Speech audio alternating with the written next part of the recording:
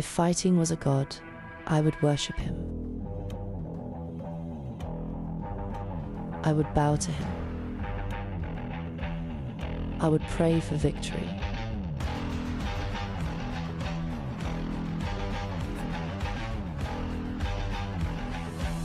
For he only grants opportunities.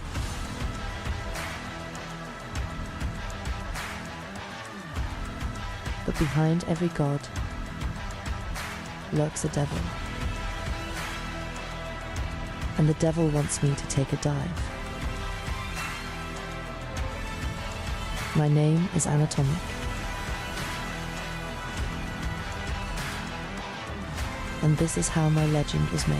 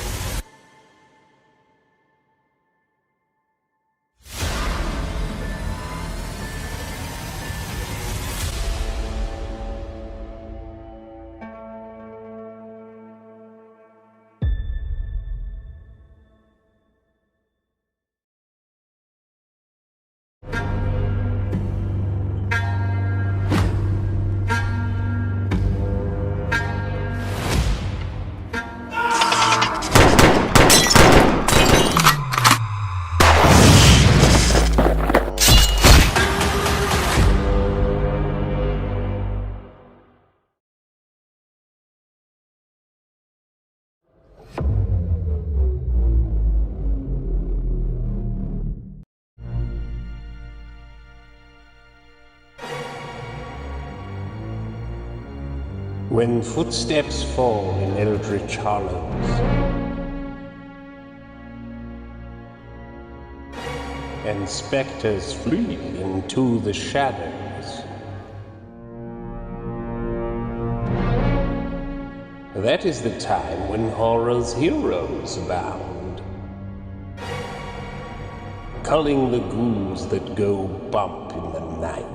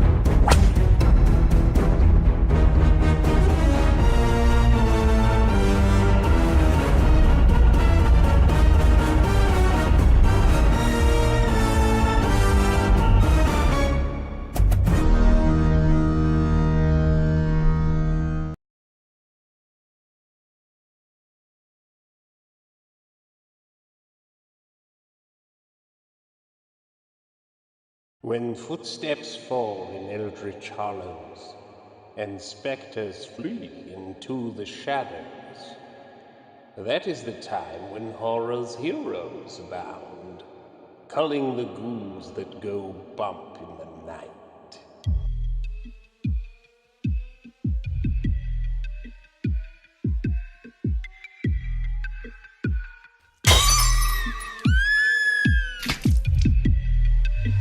We all go a little mad sometimes. Haven't you? People always call them madhouse someplace. I hate to even think about it.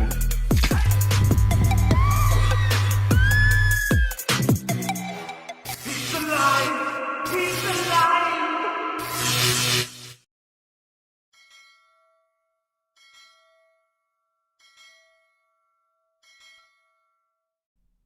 From the heart of Lovecraft country and the birthplace of American religious liberty, my name is Sean the Jetty. You're watching Sean the Jetty Art. We're back!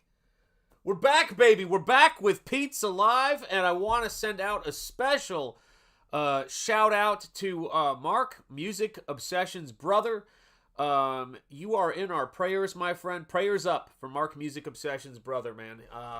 Mark is my boy. It's great to see him here in the house. And one of the he is the reason why there is a second chance on the Nosfero campaign. I wanted to make sure that he got that. I'm going to say hello to the chat, but Mark is good people, and we love you, Mac, and we're sending love to your brother, man, and I hope he feels much, much better. Thank you so much. Terry1111 is here. Thank you so much for that. I appreciate it. Mr. Monkey Boy is here. It's good to see Mr. Monkey Boy 1969. We've got RBI Studios. Hail, and dare I say, great work with your Springball piece. I was so excited when I saw it. I'm not set up today at all for any of this. It's been crazy, but I was so excited when I saw it. I liked it, but I didn't even comment until Dan was like, "Has Sean seen this?" Listen, people. It's been one of those crazy couple of weeks, but I'm sure it's been for you guys. But having the opportunity to see Ethan's Springball he did in the Comicsgate Kings group shot was it was tremendous. But he didn't tag me in it, so I didn't see it till a couple days later. I was like, oh my god, that's cool. Oh, so things are crazy. RBI, I did enjoy it. Of course, I've committed it to memory, and that's the joy of my beautiful mind, as one would say. Thank goodness, something good to watch, says Immoral Fat 40 Ounce. There's a lot of great stuff to watch, but I am so glad you've chosen to be here. Cursed Hearts Creations, thank you so much, Cursed Heart Creations, or Cursed Heart Creations. My gosh, I don't know what it is about us Southerners that we have to put a little bit of extra on that. Lord Henson Comic Skater, channel member, legend, dropping those custom emojis, because that's how we roll around this place. Emo Trash is here, of course. Let me see who else I've got. I've got Lord Henson. I've got Terry1111. Shax is here. To Shax, I say, yo, Shax, I hope you're doing well, my friend. Hey there, hi there, ho there. It's good to see you. Shadowhawk Talks is here. OG, man, in the house. It's good to see you. Buzz Acevedo, it's good to see you, my friend. I hope you're doing well. And, of course, Darth Gutierrez is there. Hail, evening, gentlemen. Hail Springball. Indeed, guys, Springball is looking sick. It's 30 pages. The art is insane. We were just going over on John Malin's members only stream this past Tuesday. Everything's a blur. We were just going over Spawn #1, and I had, people wouldn't know this, but I had Springball open as we were doing that stream, and I was just looking at it and working on it, and every time we were calling stuff up, I'm like, this character is so cool, is so good. There is nothing more than I want than for this character to continue to do what he's doing. I mean, I'm getting messages from people who were collecting Springball back in the day, people I haven't talked to in 20 years, who are getting so fired up about this book. I can't even get a hold of affordable copies of issue 1 and 2 for myself. It has been nuts. And I also just realized something that I have missed. I do believe Mark's Music Obsession was celebrating an anniversary. Now, where the heck did that go? I think he's celebrating 24 months of membership, and I have to get some cheerleaders going. Where are my manners? Let's get these cheerleaders going. What the heck? Charge!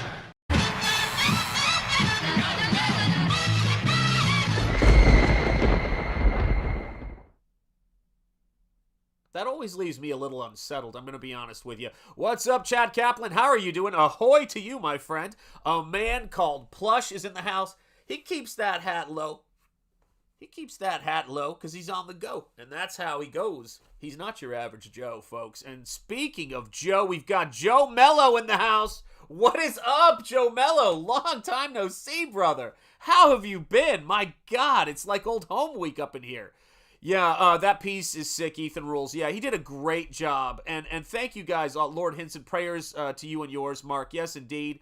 we're sending love to Mark's Music Obsession's brother, who is not feeling well, and Mark is there visiting with him, so he's not going to be able to really be, watching the stream as much as I'm sure he'd like to, but we are thinking of your brother, and as soon as I finish this stream, I will make sure to pray for him. So thank you so much, Mark, for being here. We appreciate you guys so much. Art Haida with the pig man. There it is. My lunch order is taking a minute, and Billy's stream ended. Who will distract me from my hunger? Oh, Shanth is on. Indeed. So, guys, here's what we're talking about, man. Here's what we're talking about today. We're going to be watching a movie that is incredible. It's an incredible movie. And then I want to make sure everybody knows we are going to be hitting my favorite movies for the rest of Pete's Alive. So we're going to be doing a revisit of some of my favorite movies. And you want to know what we're starting off with next week? I claimed it was my favorite Pete's Alive movie we ever did. Can anyone remember what my favorite Pete's Alive movie is that we're going to be watching this coming Thursday? Any ideas, as we say? Any ideas what next week's Pete's Alive is going to be? So glad to hear you're doing well, though. That's the main thing, and you know what they say, keeping busy is a good thing. William Wellborn says, Hail Shot the Chat, I'm on holiday at the moment. Well, have a wonderful holiday. Have you ordered Hammer's restoration of Curse of Frankenstein? I'm looking at it. So, speaking of, and I know you'll appreciate this, William, I didn't pick that up, but I've been having to sort of figure out what I'm going to buy and what I can fit here. I will be buying it, but non sequitur, I picked up The Strange Case of Dr. Jekyll and Mr. Hyde. I've had, crummy editions of this in the past, but they have these nice kind of almost leather, soft-bound editions they're doing over at Barnes & Noble, and this, I love Dr. Jekyll and Mr. Hyde. I saw an incredible YouTube video by a guy who knows his stuff, who was going through it, and I'm getting into all kinds of really cool stuff right now. I also have been learning how to use this, guys, so I can take you places. What do you think? We'll see how it goes. Now, this is the crazy thing about this stuff. You know me. And if you don't, you may be better for it. But this is something I've been wanting to do, and I had no idea what these things are, how they work, how I'm going to take you guys places. And then I was like, all right, well, what are we going to do with this? I learned you powered on. And I don't know if that worked, so we'll try it again. Let's see here. Is it going to do it? Whoa! I learned how you powered on, and then I learned that you do this. See if that works. Nope, didn't work. Boom! So yes, I am slowly figuring out how to do things. And it is really something else, man. It's really something else to figure this stuff out. Let's see if I can make this do... Woohoo! See if this is... Okay, so that's doing a little bit of something. Let's see. Oh, this is going to be a learning process for me, man. But so, yeah, I'm sort of like got to get those things figured out, which I have yet to do. If I hold this down. Oh, I got to get this figured out. But anyway, so it's on, and so now I can get this thing. Now I can get this thing to work, and I can actually get you better shots when I'm painting. All this stuff I'm trying to learn and figure out how to do. Just like with streaming, guys. So, yes, any guesses on what the movie is for next week? Yes, indeed. 20,000 Leagues is one of my favorite movies from my childhood. My parents bought me the album when we were in Disney World. Let me tell you how much I love 20,000 Leagues Under the Sea. My fellow traveler, Bad Adam 12. So this right there is one of my favorite movies from that era. There are two movies that I have giant poster canvas prints of.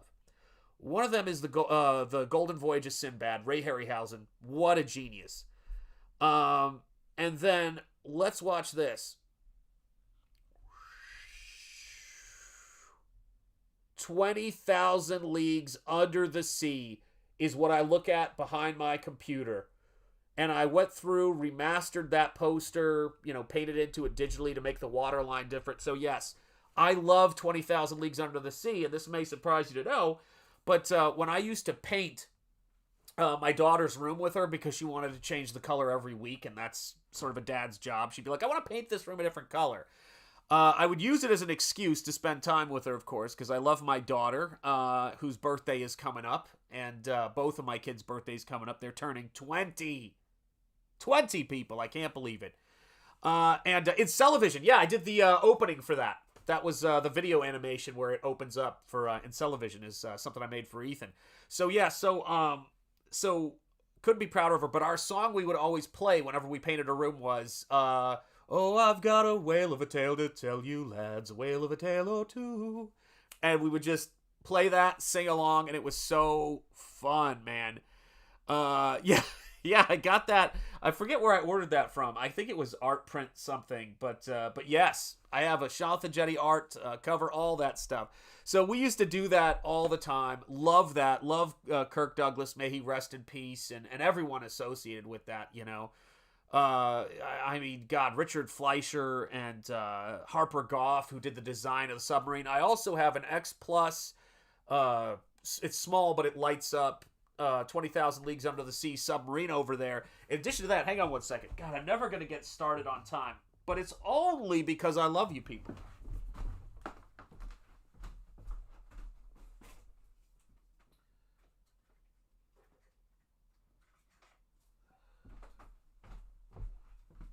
Woo! Let's see how this works. Ah, there we go. I have this right here, which is a little miniature of the 20,000 Leagues Under the Sea submarine, and it comes with a squid that's attached to it. So there you go, guys. There's your 20,000 Leagues Under the Sea submarine. Have to do it. Has to be done. And John is here in the meantime.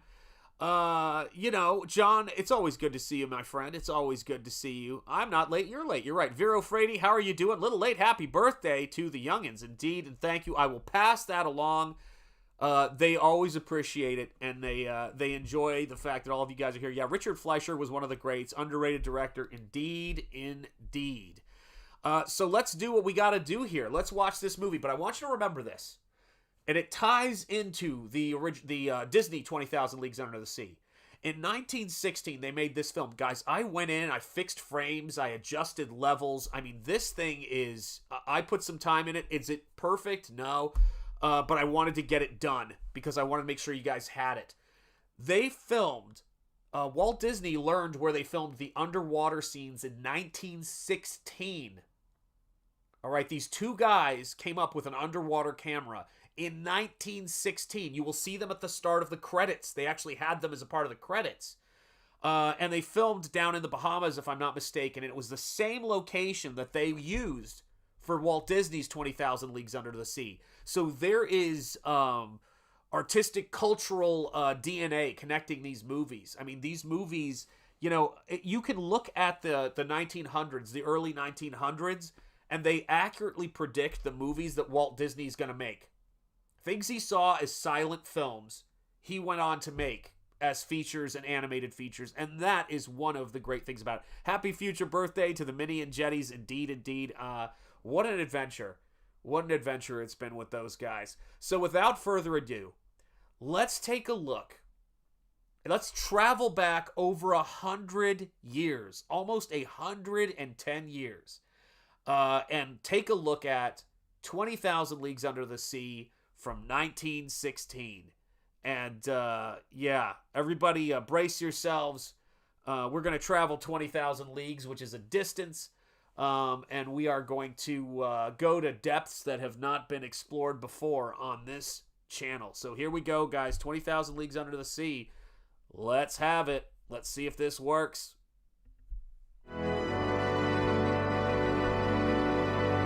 Look at that. Just beautiful. I love those early titles, but wait till you see the photography. Look at this.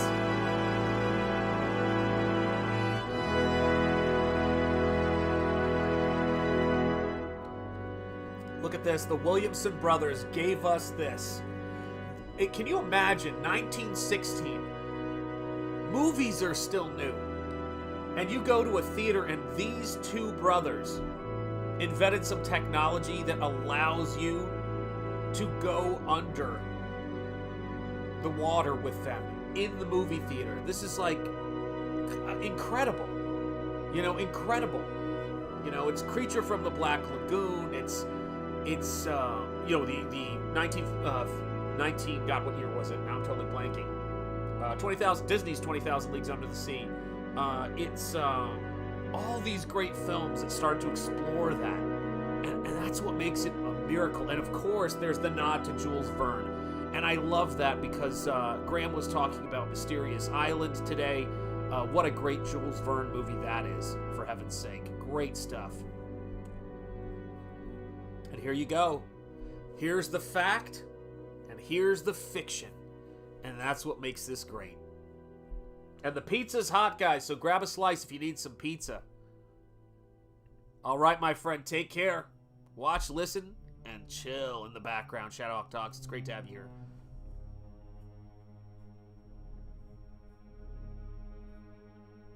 Look at this. We're just looking back in time. Now, something to remember about these movies. You were not going to get a movie greenlit in this era, right? If you didn't have a beautiful girl in it. A beautiful girl or two as a love interest. So, of course, they're going to have his daughter be an important part of his work, because you do have to have a woman on board. And I agree with that. I agree with that. That was essential to me with Nosfero. I mean, my goodness. How fun is this? And of course, there's Abraham Lincoln's, the Abraham Lincoln boat that they're going to be on. All of this stuff is great. People have said to me, they've said to me, you know, Shanth, and of course I do, in the original book, and actually in this movie, this is so crazy. In 1916, Nemo was an Indian. And let me adjust my mic here. Hang on a second.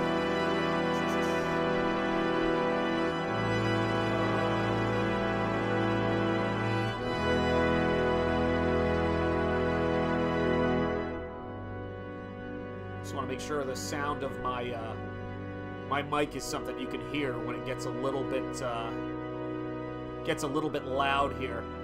And so he brings his daughter on board. Now, for me, Captain Nemo, he was Serbian in the first book. You know what I was going to say? Captain Nemo, for me, Bad Adam 12, and perhaps you'll agree with me, is James Mason.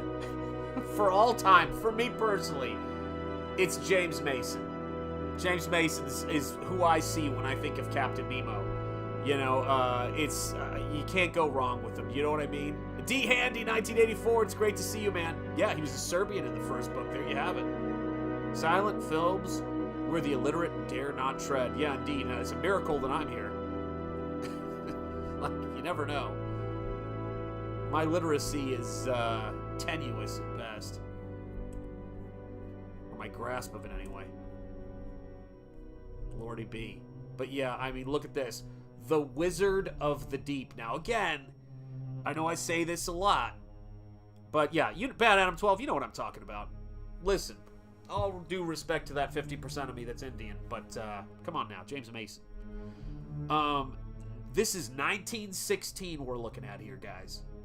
And what you're going to see is this glimpse into how do you create a world of this disenchanted, disillusioned genius who makes a submarine in order to combat and right the wrongs of this world. And that is who we have. Take a look at this. And by the way, that, I could be wrong. Someone has to check the date on it, because it might not have been pre-1916. But that image looks like an N.C. Wyeth painting of Captain Nemo. So one influenced the other for sure. And look at the submarine shots. Look at this stuff, guys. Incredible. Just incredible. I cannot believe how they do this stuff. I just love it. I love film. I can't wait till we do the movie next week, which I don't know if anybody's even tried to guess what next week's movie is going to be yet. Hit in the chat if you think you know. you think you know. Look at that.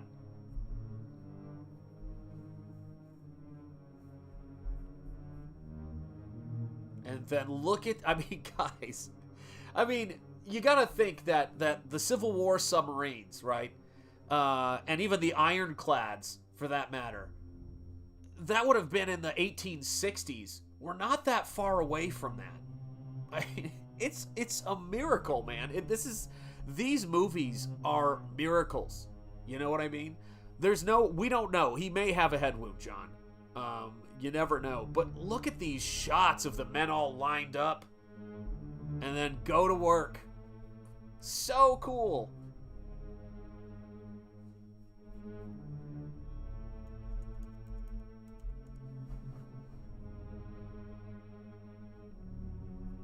What could be cooler?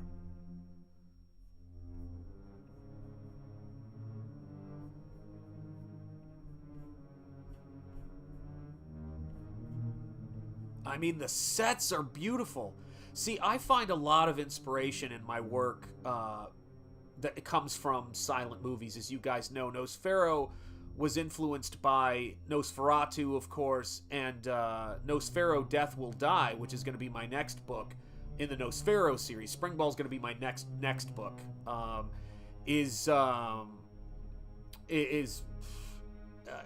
There is not so much influenced by, it's funny, there are some influences of silent films in it, but Nosfero Death Will Die is influenced by a German silent film, another one called Der Golem, and I cannot wait to unleash that on you. If you're new around here, we've only got 20 more days left on the Nosfero campaign before I close it down. It's gone. It will not be there. There will be a page that says, you have missed this campaign. And when we get back to it, and when I do that, and we wrap that up, it looks much like a WW2 U-boat. It certainly does. It certainly does, man. Could be a predecessor. No kidding. Well published it. I got you. Verne published it only 4 years after the Civil War, which is incredible, of course. You know, Jules Verne is a genius. He's just a genius. It's the same thing with Robert Louis Stevenson.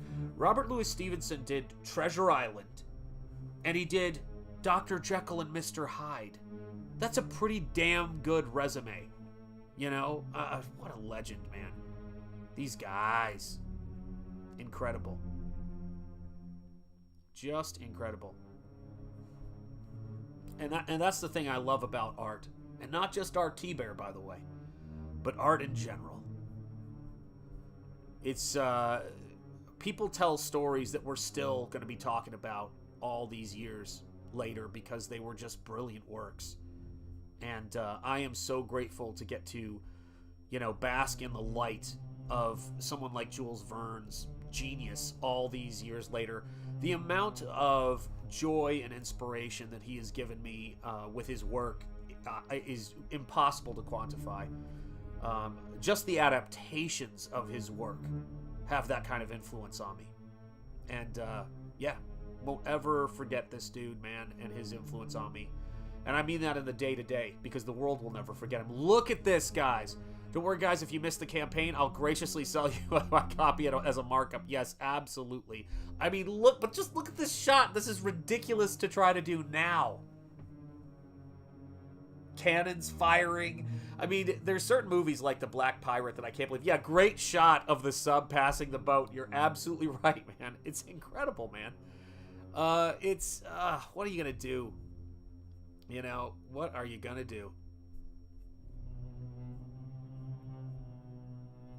It's just so good. Imagination is one of the most important things to nourish and take care of in yourselves, and that's what I do when I'm creating Springball, when I'm creating Nosfero. I'm always trying to think about that. Look at the ingenuity, and the creative ingenuity, and the genius in this. Just the pure genius as the waves are crashing across the ship, and you see them all like kind of running to their you know, stations right there, and you got to imagine being in a movie theater and seeing this in 1916 would have had to have been a transcendent experience. There's no other way to think about it.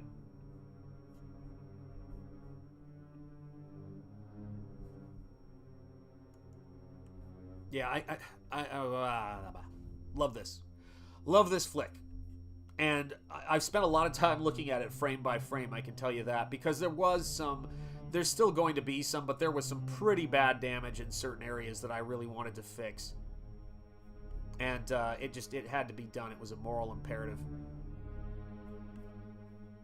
And you guys know how that is. We try to make these things as nice as we can. And we try to create that immaculate reality, because this is our chance to get together, eat pizza, watch these silent movies. Here they are, knocked overboard. We know where this goes, right?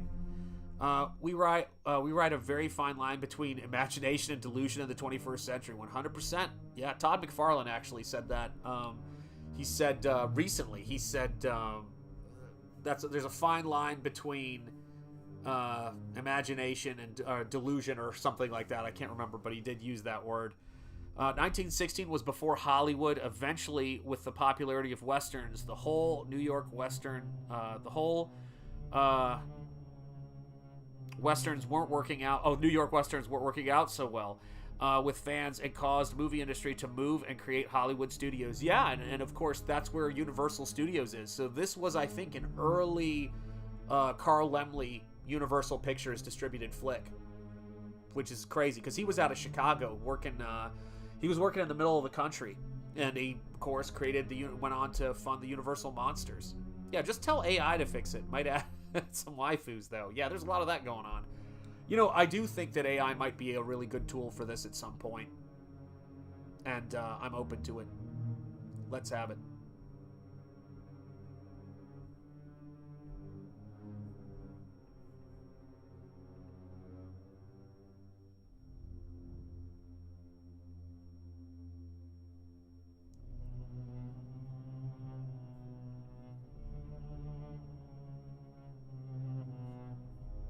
Look at that, guys. I mean, that's a beautiful shot for any era of movie. Isn't that great?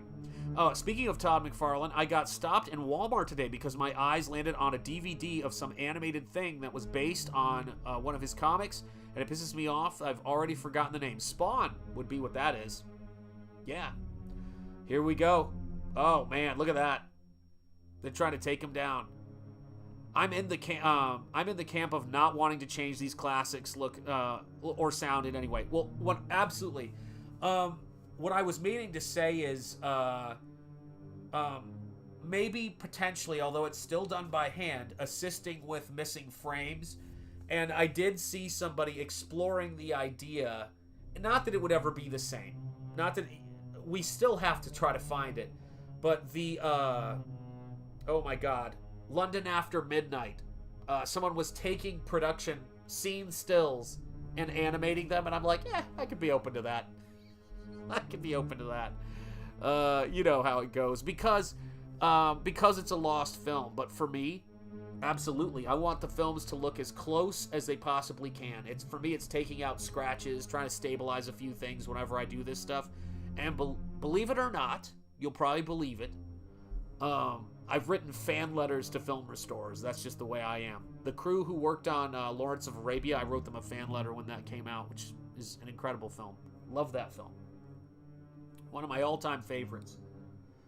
It's pretty much my philosophy with Shantha Jetty art is the quote of the Greek general Themistocles that he says in that movie. He calls him a philosopher, but he was a general. And he says, I cannot fiddle, but I can make a great state from a little city. And that's how I like to go about things. I think that's what I'm doing here at Shantha Jetty Art. That's my goal, is to do that, and that's my goal in Comicsgate, is to make a great state from a little city. That's what I try to focus on. You know, and it goes even to things like doing the Incellivision animation, just little things to make things more fun. You know? Oh, I wish there was a Hammer film, but there's nothing in the public domain, unfortunately, or I would. The next film will have Hammer film qualities, but it is in the public domain. So, that's a hint right there. It's in the public domain, and it does have Christopher Lee in it. Those are two big Big hints, speaking of Hammer films. One of these days I'll figure out how to use AI, and Pigman is getting an old school silent film. Oh, I loved doing the Pigman trailer. And Bosch does a great Springball. You know? For days they sail toward the tropics until at last they sight the mysterious island. I love this. How great is this? It's not an Amicus film, but yeah, it would be cool if it was an Amicus film. It's a black and white public domain film with Christopher Lee in it. We've watched it before on this channel. It's my absolute favorite film we've done. I'm sure I'm always open to changing my mind, but I think it's still number one for me. So here we go. What do we get now that's not in the book? Well, we get a, similarly brown painted actress. We get a jungle girl. We get a jungle girl who has some tie to the family of Nemo. I think it's his niece that he believes was killed, is revealed. But now you get a sexy jungle girl in 1916. Guys, they knew. And look at this. Got freaking wildcats. William Wellborn has it. City of the Dead. Next week on Pizza Live. Boy, is there a sexy little number in that movie, if you guys remember. A beautiful changing scene does not go amiss here on Pizza Live. Jungle Girl producers on point. Yes, they are. Yep. 100%. Look at that. She brings him down.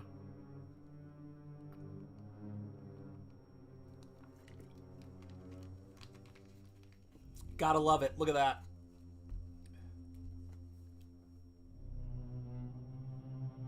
Oh, man.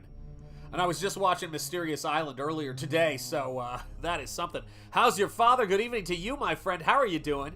Great to have you here. We're watching 20,000 Leagues Under the Sea, filmed in 1916. We've already got a jungle girl, and the professor's daughter is along on this voyage, so we've got some young ladies here. But here you go. We've got a Indian, which is to say an actress who's been painted brown, jungle girl living on Nemo's mysterious island, guys. I mean, this movie is perfect to me, man. This is what I love. I looked it up. I would have never guessed next week's film, and I have seen it. It's really good. Yeah. If you haven't had the Pizza Live experience with this movie, guys, you guys lighten up the chat is what makes it the most fun. Every time we check these movies out, yeah, we got a little bit of jungle fever here. You know how it goes. I need to rewatch the Kirk Douglas version. Haven't seen it since I was a kid. How's your father? Just so you know. The Kirk Douglas, Richard Fleischer directed 20,000 Leagues Under the Sea has a giant canvas print in my office. The only one that's the same size is the one behind me, The Golden Voyage of Sinbad, and I was just showing my 20,000 Leagues Under the Sea Nautilus. One of the many. I have two over there, but that's how it goes. You gotta love this stuff. Yeah, you guys, the imagination. Look at this, man, how cool this is. The imagination in cinema is incredible. So this is more Mysterious Island with editorial changes. Actually, it's everything. Oh, you mean it? If you mean in terms of like the movie, the 1961 Mysterious Island, in terms of editorial changes, yes, it definitely is.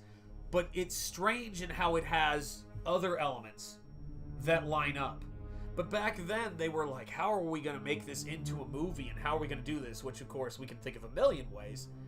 This chat has Hollywood good looks. It sure does. It sure does. That's how we do it. Hey, Mr. Monkey Boy 1969. Nemo was Indian in Mysterious Island. Was he really? Huh.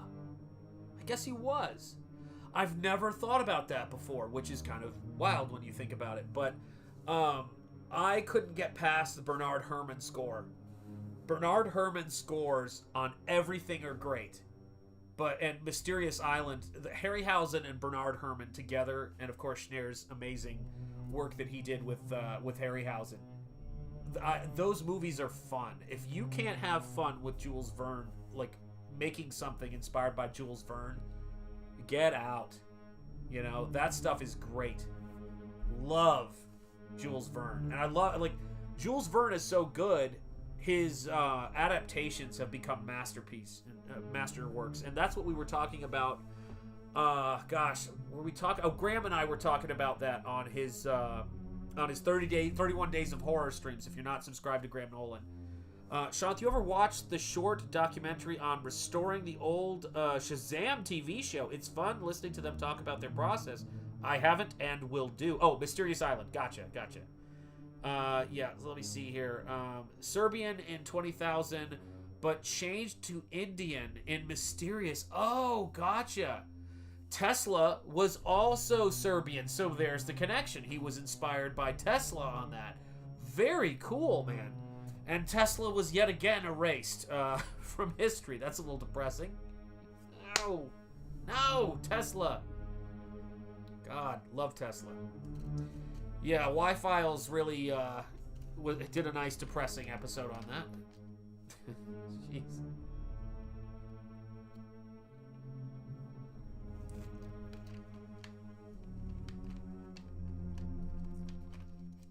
It's actually kind of fascinating when you think about it. The idea of Nemo being Serbian in the sense of, I'm pretty sure that that's a landlocked country. And you would think you'd have to have some access. I mean, I guess he was escaping from... Yeah, I mean, it's open. Nah, it could work if he was from anywhere, honestly. He just has to be brilliant. But look at this jungle girl. She's trouble, I'm telling you. Any love for Master of the World? Do you mean Master and Commander or Master of the World? Been a while. In my memory, it's amazing. Mostly...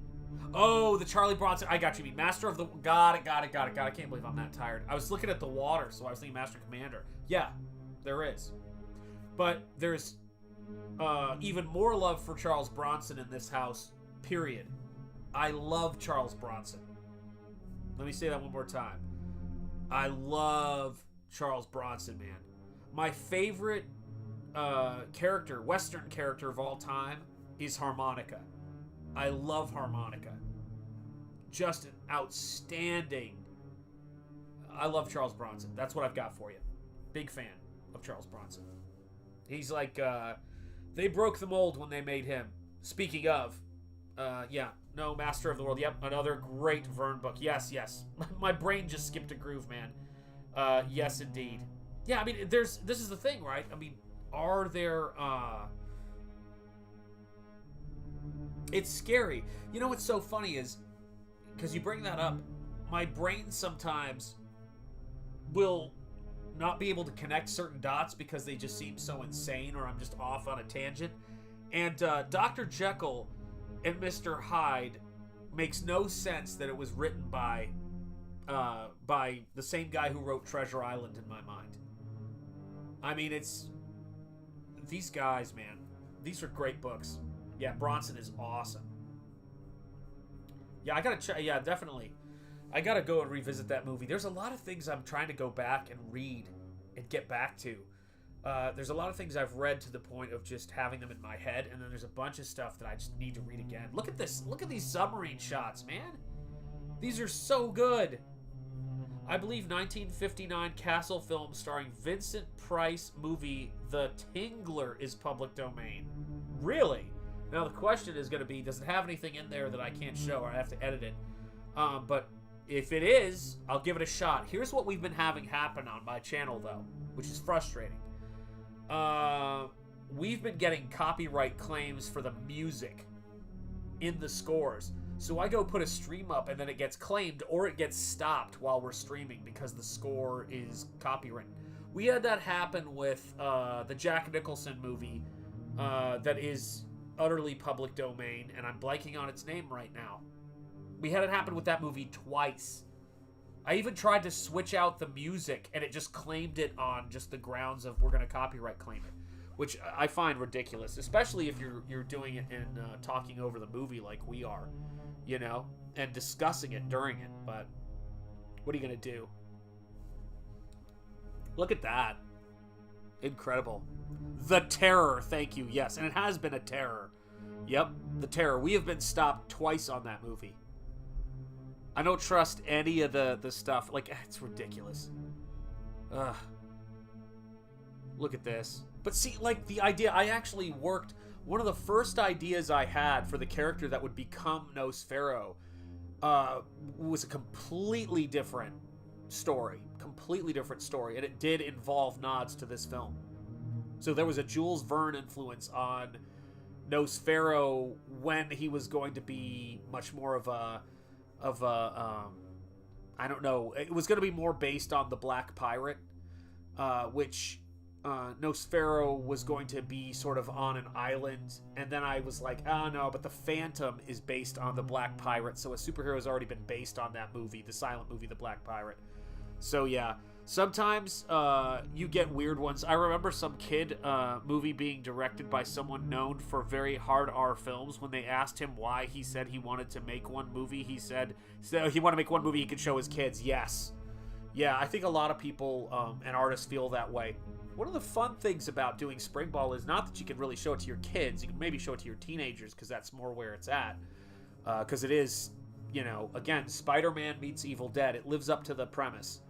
You know, it's, in terms of what you would see in it, it's much more, anything you see in the first 15 issues of, actually, let me make it even shorter than that. Anything you would see in the first 13 issues of Spawn and the first 13 issues of Spider-Man Torment, there's a chance you'll see it in this book. So that's without giving spoilers away of what you're gonna see. I think that was, oh yeah, Robert Rodriguez with Spy Kids. That may very well be the one. Yeah. God, I want to show you guys Springball in its unfinished, but very, you can see what the story's about. To put it mildly, I want to show that stuff to you. Yep. The Phantom is based on The Black Pirate, starring Douglas Fairbanks Sr., one of my favorite movies of all time. It was influenced by it. The pirate swears an oath. Hey, what's up, Christopher Bouchard? How are you doing? Hello, Sean the chat. Hello to you, Chris. How are you doing, brother? Captain Nemo reveals some of the marvelous mysteries of the deep, guys. This is some sick stuff you're about to see. Just check this out, man. Yeah, Springball is going to be awesome, and I think it's going to be, massive, to be honest. I don't normally say that about stuff, but look at this, guys. Look at this. He's about to introduce you to the wonders of the deep. He's like, now we're at the bottom of the sea. Let's take a look at all the things there are to see. And I think I went in and tried to clean some of these up in a little bit. We'll see where that goes. I still can't remember, but I know like that I didn't get to all of them because it was taking so long. I mean, just doing some of the frame-by-frame stuff I was doing and cutting out things that were like huge. There were big blips that were really bad, guys. This film could use some love. There's a bunch of movies I would really like to see get the 4K treatment and restoration treatment by, you know, people who know. But look at this, man. They're using these new cameras. You know, I don't know. I don't know. I'd be on a submarine with Santa Claus. Yeah, you never know with Santa Claus. What's up, Salty? How are you doing, brother? Great to see you, man. How you been? Let's see. Yeah, isn't that crazy? Like, these two brothers invented this camera that would allow them to see and film. Cranking a film camera underwater. It's ridiculous, man.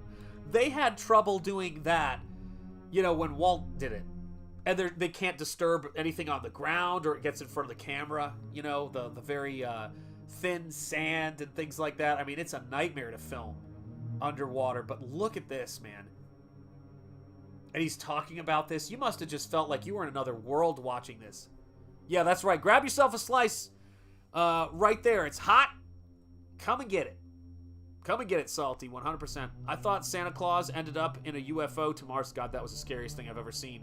You know, that, yeah, absolutely. Famous monsters. Got to do it, Salty. Got to do it. That movie traumatized Art Thibert.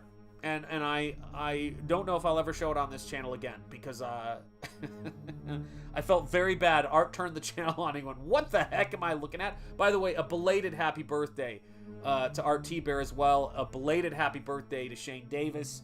Gosh, hope he feels better soon. He's been under the weather. But look, guys, look at this. Notice how brilliant is the reflection of the sun's rays on these coral beds. Fathoms below the surface. And I love that they did that because a lot of people think 20,000 leagues under the sea is the depth, but it's not. It's a distance. So, it's, how do I put it? It's, the fathoms is their depth. They're talking about how they've been under the sea and traveled that many fathoms, that much distance. Yeah, we are all getting old. Absolutely right. That's for sure. Here's another thing, too, that is, that's interesting that I remember George Lucas was talking about the Millennium Falcon being the fastest ship in Star Wars, and people were saying, like, why do you say it can make this distance in less than this amount of parsecs or whatever it was? And he goes, because that's a distance, and a spaceship isn't fast based on how fast it goes alone. It's based on how it can get the computer on the ship smart enough to get you there in the shortest distance, which I thought was brilliant. Oh, hi, Salty, says Art Haida. Don't wish Shane a happy birthday. He just had one 12 months ago. Agreed. I think he's going to try to make it a thing. Agreed. Yeah, speaking of Shane, the Marvel mural at New York Comic Con has his and Dale's art on it. Of course it does. They're going to start making overtures. Let's call it that. They were making an overture at our Shane Davis. I've got a care package ready to go for Shane Davis. Well, not ready to go. I'm waiting for one more thing to come from eBay. But only because it's something I talked to him about sending it to him. And I'm going to take care of it. Because that's how we do things around here. I've also got a painting that I'm going to be getting in the mail at the same time. Craziness from the King's auction. I needed to do a little bit more work on it.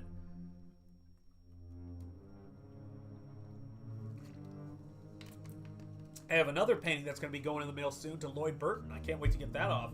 Got the box over there and everything. It's going to be great. I mean, it's one of my favorite paintings I think I've done.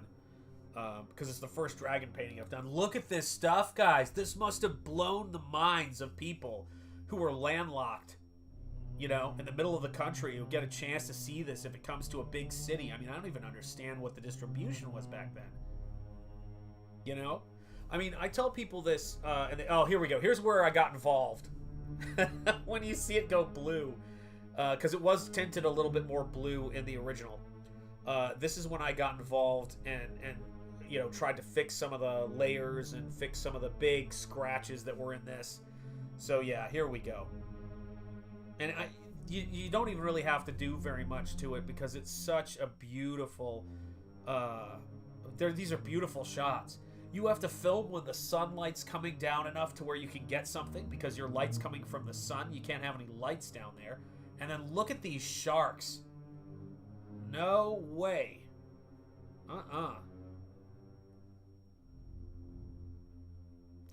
1916, you're filming sharks underwater with a film camera. I'm not sure. Yeah. Recently, I've had PITT done in charcoal in my mind's eye. Yeah, let's do it for some strange reason. Yeah, Dale definitely gets the, yeah, see Dora, yeah, wild, isn't it? It's completely wild, Bad Adam. I mean, look at that. Just outstanding. I mean, these guys, I mean, I've talked about this before, how when Mrs. and Jetty and I took the kids, the adults now, but we took the kids down to Universal, and we were sitting in the Leaky Cauldron, and we were saying, can you look at these sharks? These guys are filming sharks under here. Get out of town. And we were talking about how we're in the Leaky Cauldron, and this one woman in Britain wrote this book, and all of this has come out of it. What a trip that must be, you know, to see that. And it is just one of those things to where when I see someone like Jules Verne and when I see what his imagination has wrought, how many artists he's inspired. How, like, Ray Harryhausen and, my God, Walt Disney, and every person who saw his work or read his work, every film adaptation of it. I mean, he's in his own league. No.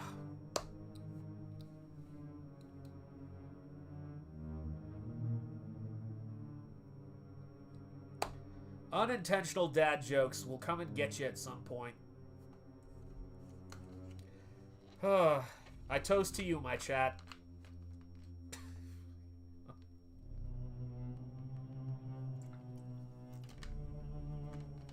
Shameful. Absolutely shameful. Oh my lord. Yeah, take a look at this. Tomorrow I shall show you even more scenes of wonder. I mean, your mind must have been blown seeing this in 1916. Look at that. Setting up shop on an island. You know, there was a lot of stuff that was done on these expansive and incredible sets that they would build during the golden age of Hollywood. But you see this and you think, man, you know, like they're going on location, they're going underwater.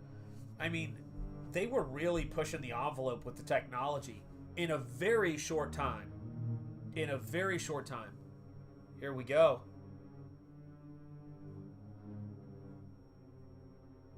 He's like, where am I? Oh man. He may have had a few too many.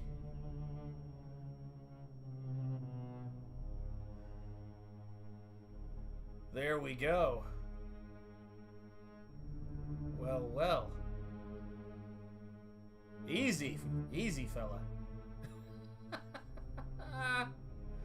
Well, you know, sometimes it has to be done, guys. You try to have a conversation, and you just gotta pick her up. You just gotta pick her up.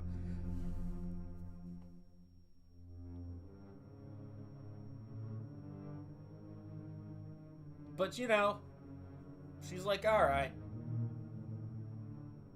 She doesn't trust that ladder. I don't know if I trust that ladder either. Look at that.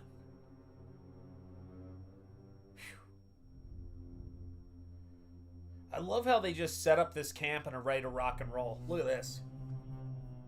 Who? That's right, yeah. Oh my lord. Look at that.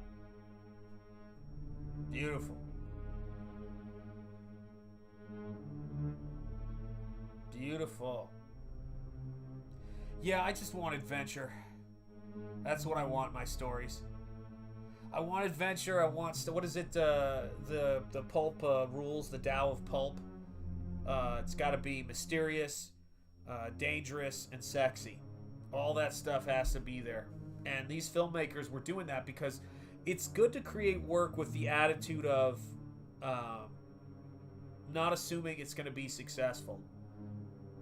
And saying, I have to get the audience to get into my stuff, and I have to show them things they want to like put their money down on. What's up, Aviator Surge? Channel member, it is great to see you, my friend. Hey to you, and hey to the chat, says Aviator Surge. And it's always great to have you here, man. Always great to have you here. Hail. You just reminded me of something too, by the way, Aviator. Sean, do you play video games? I think you'd love early horror games. You probably pick up their inspirations. I watch video games on YouTube. I watch playthroughs, but I don't play them. Unfortunately, I don't.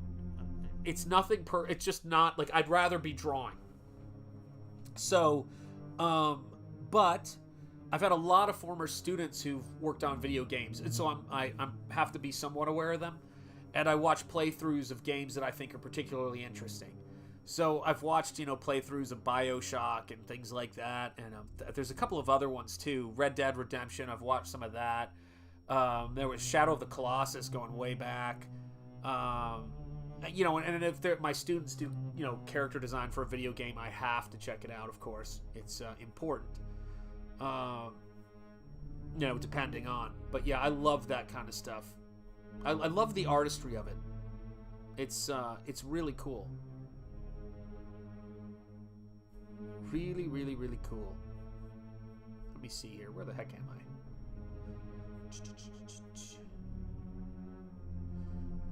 Just had an epiphany.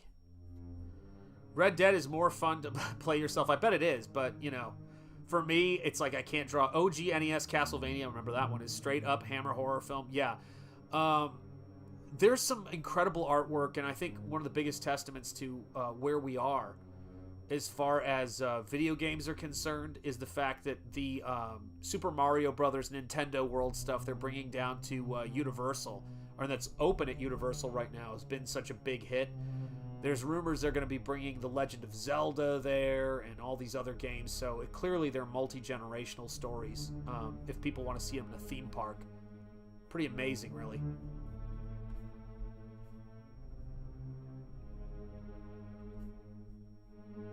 Look at this. I mean, just the scenery and the scenic nature of this stuff is so cool. Big fan of what they're doing here.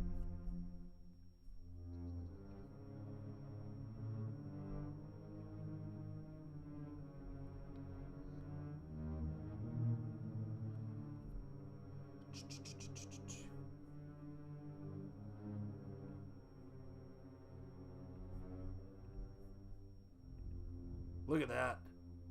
He's trying to civilize her a little bit, but I'm like, come on, man. You know, let her be.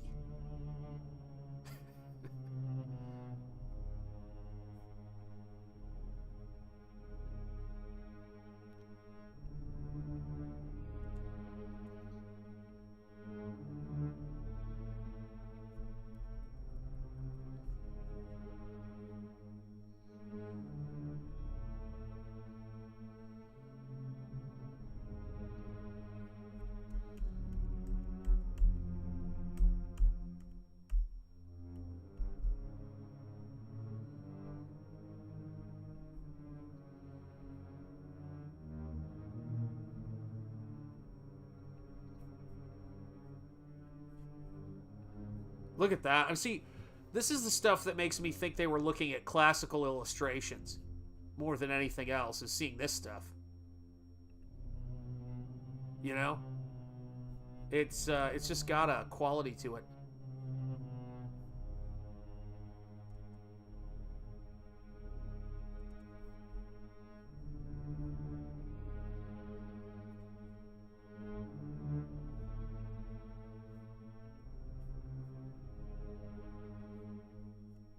Hey, what's up, channel member Headless Bourgeoisie? You just caught me staring off into space a little bit for a few seconds there because I haven't played games since World of Warcraft. I heard that's a very addictive game. I've had a few students work on that too. Expedition 33, I'm playing it right now. A webpage about the Williamsons brothers and their underwater photography is there. Thank you for the research, Mr. Monkeyboy 1969.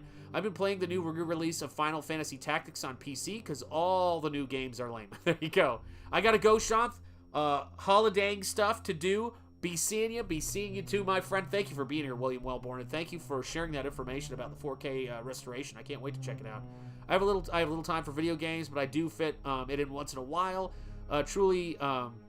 And it's truly inspiration. Gets me so inspired to draw. There you have it right there. So it's worth it. Absolutely.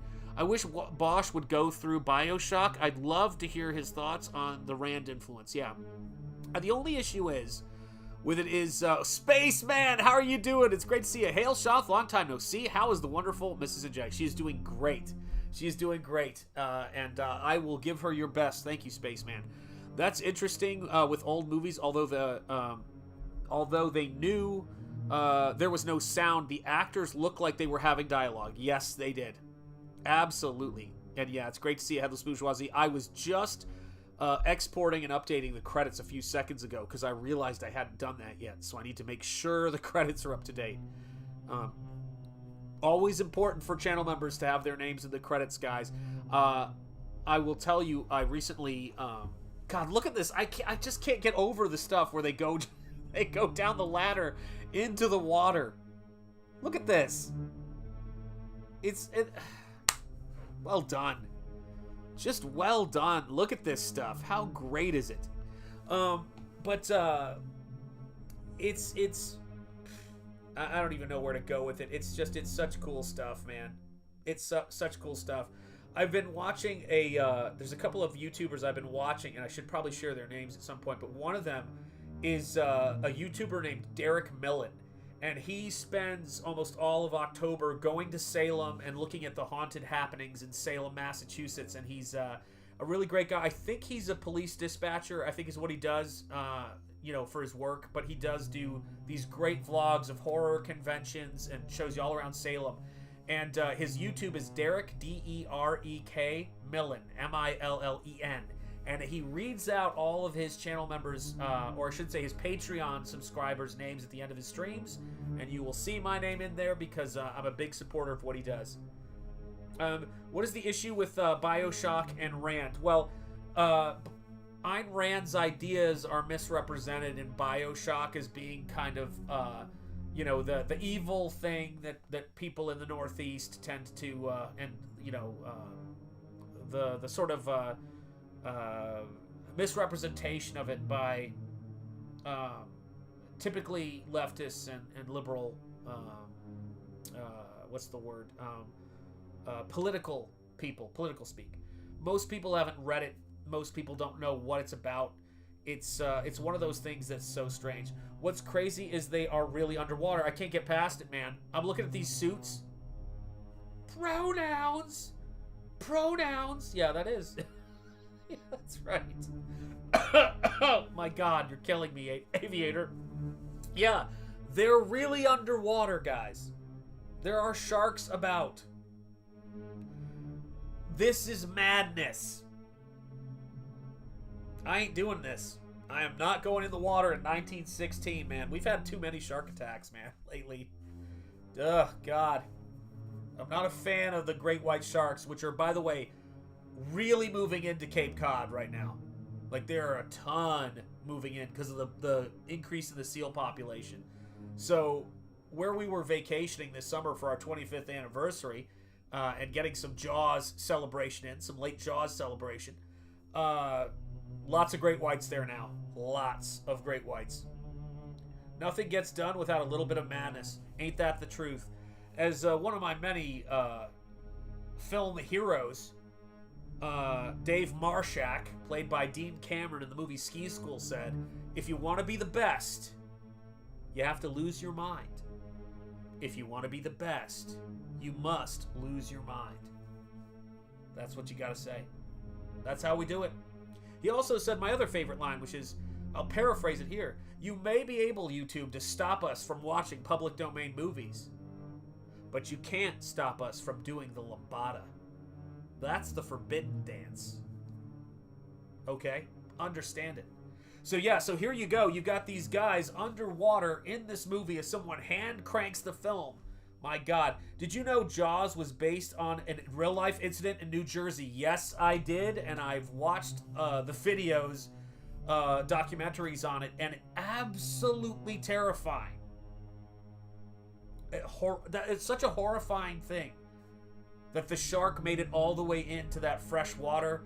I believe it was a young man died. I believe there was a dog, much like in Jaws, who died, and then the man who went in to try to save the kid, who was killed. Just a mess. Look, guys, look at this, how insane this is. Look at the shark. I mean, I'm sorry, guys. This is incredible. It's just so amazing to me that things like this were being made. You know? My understanding of the Bioshock series is that it is about talking ideology that's taking the ideology a step too far. Not necessarily the original premise being bad. Been a long time, though. Well, listen, just to go back, I think it's the most interesting game I've ever seen, personally. And I really, really adore the game. So I don't let that get in the way of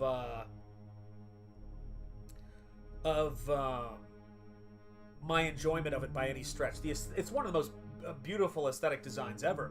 The problem I have with it is that it pitches a very common, or not problem, but the issue that's there is it pitches a misunderstanding of Ayn Rand's beliefs to imply that there is no morality in them. And that's a problem for two reasons. One, it makes objectivism seem like it's immoral, or it exists without morals.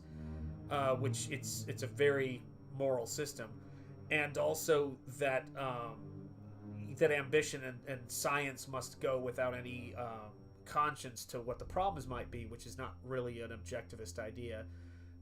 So it's got those issues of it. But yeah, BioShock is great. Loved the originals. Got to work on the marketing for 2 and 3. Yeah, I haven't played these games, but one of my former students who I taught in character design, actually, she was the concept designer of the main character in BioShock Infinite. So she took my character design class and worked with her on color, and took a bunch of my classes. And then she ended up doing the character design for the female lead, I guess, in BioShock Infinite. Her name is Claire Hummel. So they turned objectivism into postmodern. Yes, they did. Yeah, I'll have to replay that. Yeah, Infinite looks beautiful. I thought that trailer was great. You know, it looked really interesting. I also liked the songbird designs and all that stuff. I thought that was really cool. Of course, I liked some of the aesthetics they were doing with the whole idea of Columbia and the romantic idea of America. But see, here's the thing about BioShock, right? Here's the thing I would say about this and many things. It's a horror series. So it's not like it can present an idealistic version or a positive version of Ayn Rand and still be a horror game. People have to misinterpret things just like the ideals of America are misinterpreted in Columbia. You know, it's important. Shoth needs to take his college classes online for a special subscription. I take a character design class from you for sure. Yeah, you know, I gotta get to a better place with teaching before I can do that sort of stuff. Right now, I'm fried, just in terms of all the craziness that's going on in education. Because it's a massive gift when you teach people and you pass information on, and coming from an institution where that wasn't appreciated, and then also having, having a student, or students reach out to me who've been successful, or who are disrespectful and unappreciative, like saying things like, "Oh, so you're comic skate? Have fun with that, I guess. Guess we're not." I'm like, what are you doing, man? Craziness. Yeah, that stuff affects teachers. It really does. Because you just go, and listen, I have some great students too who are wonderful, but it became more of the latter than the former. But I think it was seeing the older students where I went, I spent 18 years of my life doing this, and so it takes a lot. I am teaching Eric Weathers right now, and giving him classes from time to time. Look at this. Here's your story, man. It's craziness. Yeah. BioShock was about, taking Rand too far. Infinite is patriotism, taking jingoism. Yes, exactly. Yeah, I wonder if this was early signs of woke or genuine. I don't know. It's tough to say. I think that I would look at it this way. I think when a work becomes too didactic, it alienates the audience. And so here's where we get our Jungle Girl from in this little flashback. There you go.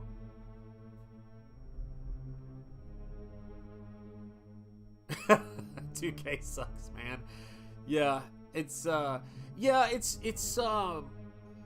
The thing I would say about those games is that what is that famous quote you guys know? If you want to send a message, use Western Union. The famous film producer said, it's like, you want to make art, you don't want to send a message. The twist of the original BioShock was a great twist. Was a really great twist. It's tough to do that twice. And to do something of that level twice, but there you go. Uh-oh. This guy's not in a good place, I think we could say. One night, in his bedchamber, the ghost of the princess tortures him to the point of madness. Yeah, as she should. I mean, look at this, guys. We've got a ghost. Oh, man, this movie's cool. Absolutely brilliant. That would not shock me at all. Yeah, I mean, it doesn't, none of this shocks me. Boxing is too. The Marxist progressive left sees patriotism as jingoism. They don't see patriotism as a good thing at all. Yeah, they don't. It's because there's, hang on a second now. You guys are making me think of something. Of course, you guys are. Every time I'm around you guys, I am. Hold the movie for me for a second. Yeah, to escape further mental torture. I think we know where this is going.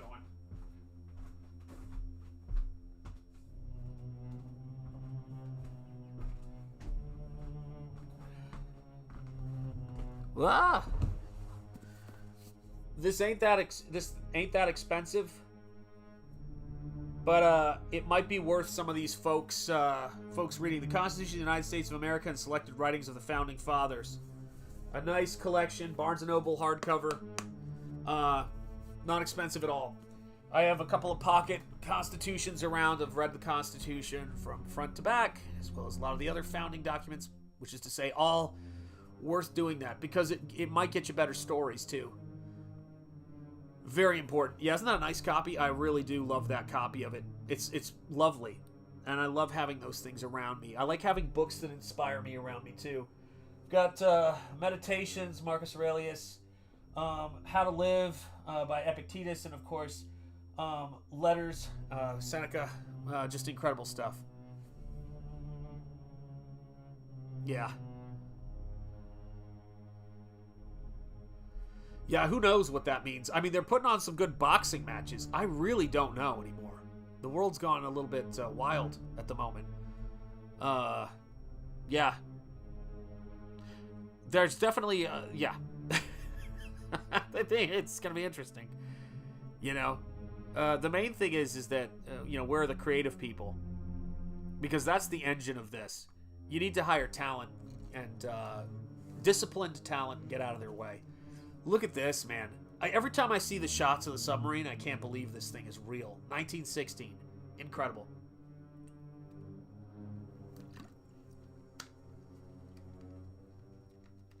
Now we're aboard. Yeah, I call this. Look at that, man. That is so cool. Look at that. I mean, come on. Sharks. Yeah, it is Santa Claus. Yeah, I mean, yes, it's absolutely online. You know, but I had a rule. I had a rule with my friends. I don't talk politics. We try not to focus. Look, guys, look at this. They have a fake giant octopus in this thing. Come on. This is so good. It grabs this guy who, by the way, can hold his breath for a very long time. Oh my God. Look at this. Absolutely incredible.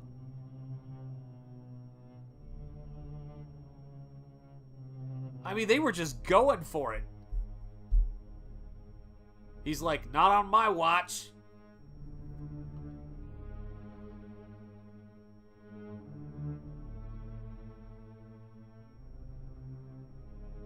Dude, that dude is committed to this bit.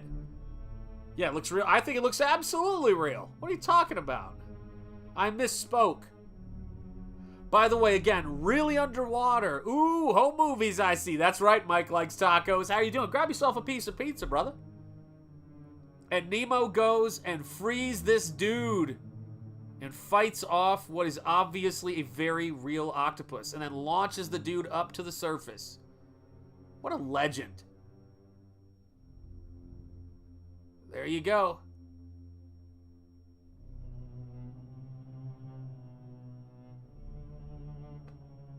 Incredible. Not easy to do. Just amazing. Yeah, amazing for 1916, right? Guys, there's so much stuff to be inspired by right now. We have access to the history of creative works. You know, how when a child she was dragged from her dying mother's arms and taken to sea on a boat, and there you have it. You've got your jungle girl. You've got your Indian jungle girl.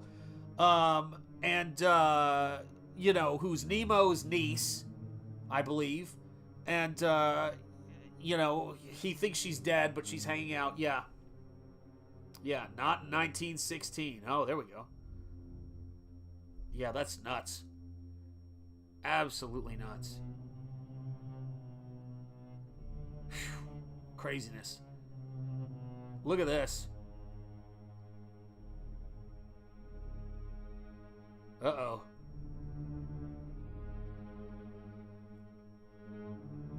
So we're getting the backstory of the Jungle Girl here.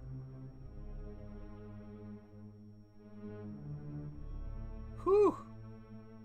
Rough.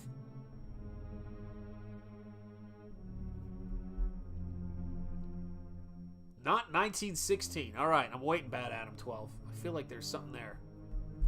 And I'm missing it. Look at this.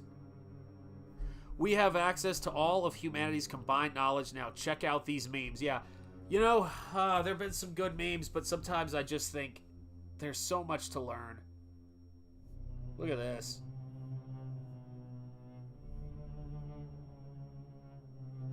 Man.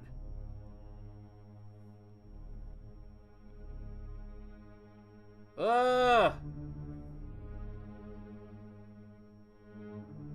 don't think that's gonna go well.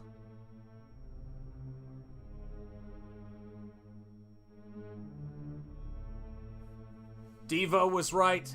Absolutely. Devo was right. The scoundrel is made an outcast. That's right. FAFO. That's what happened. You don't want that bayonet, son. It may take me a few days to reload, but you don't want that bayonet. No. Oh, man. Not a few days, and well, actually, depending on when this took place. Hail, Glass Machine! How are you doing, brother? Great to see you. Guys, again, man, this is a submarine movie. It's crazy, man. 1916, silent movie. We got Captain Nemo. We've got 20,000 Leagues Under the Sea. We've got Glass Machine, which is how we like it, man. We love seeing Glass Machine up in here. It's great to see you, brother. I mean, just incredible stuff, guys.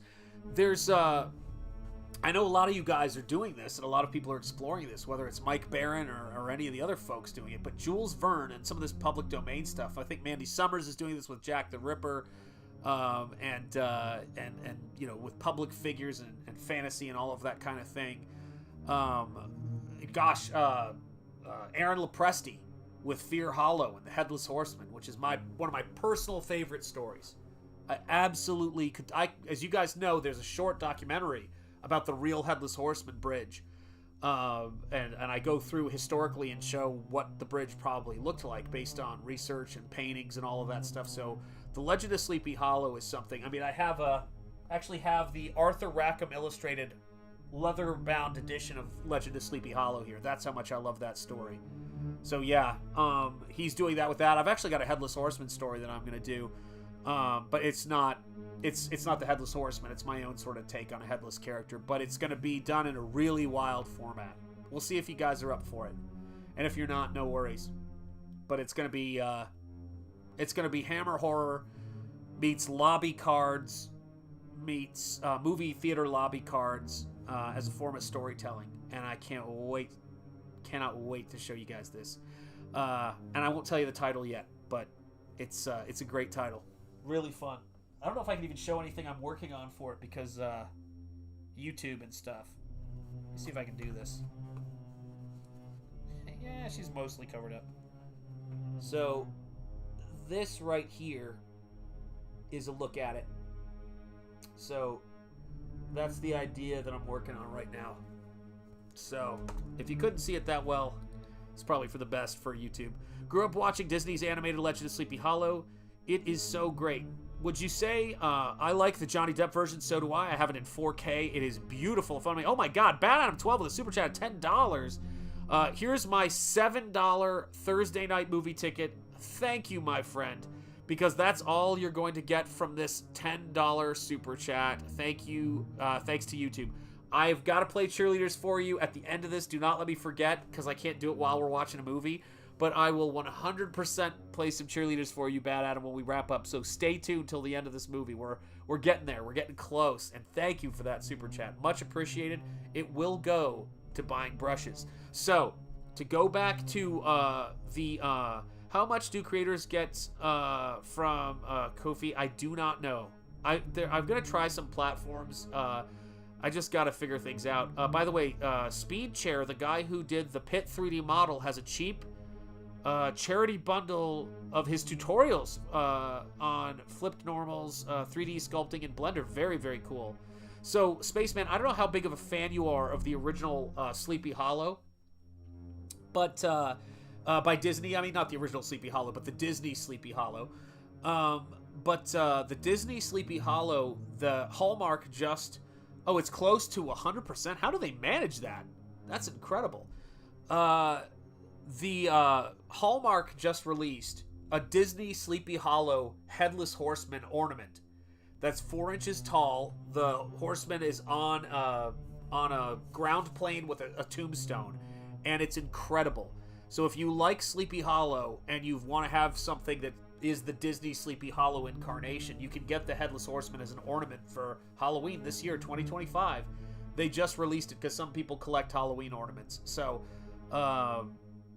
make sure you don't miss it, because it's one of the best and most affordable Sleepy Hollow little figurines I've ever seen that's accurate to the animation.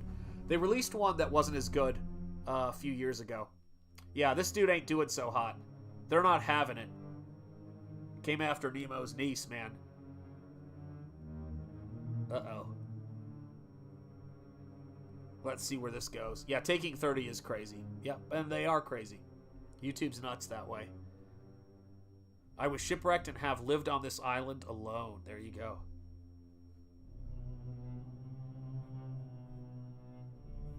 And thank you again, Bad Adam 12, for that super chat. I will get to that, your cheerleaders, as soon as I can when this is wrapped up. 92 people watching, 40 likes. Thank you guys so much for doing a great job. Hello to everybody on X, and thank you folks on YouTube for all of the support and hitting that like as well. It's always great to see all of you guys. And so here we go, right? This is, I mean, there's elements of this that are Mysterious Island. There's elements of it that are Treasure Island. There's elements of it that have so many different factors to it. And I do love the idea of putting in the Jungle Girl in this. You know, in the you know, in the little print garment. I'm not sure what kind of what's the word I'm looking for? Panther fur she's wearing, but yeah, it's great stuff. Really great stuff. Uh-oh. There we go. Lost one. I love seeing different people's cultures' takes on the headless mythos. Lots of room for creativity there, I think. Absolutely right. Absolutely right. Yeah, it's a great story. The thing that is so fun about The Legend of Sleepy Hollow, of course, is...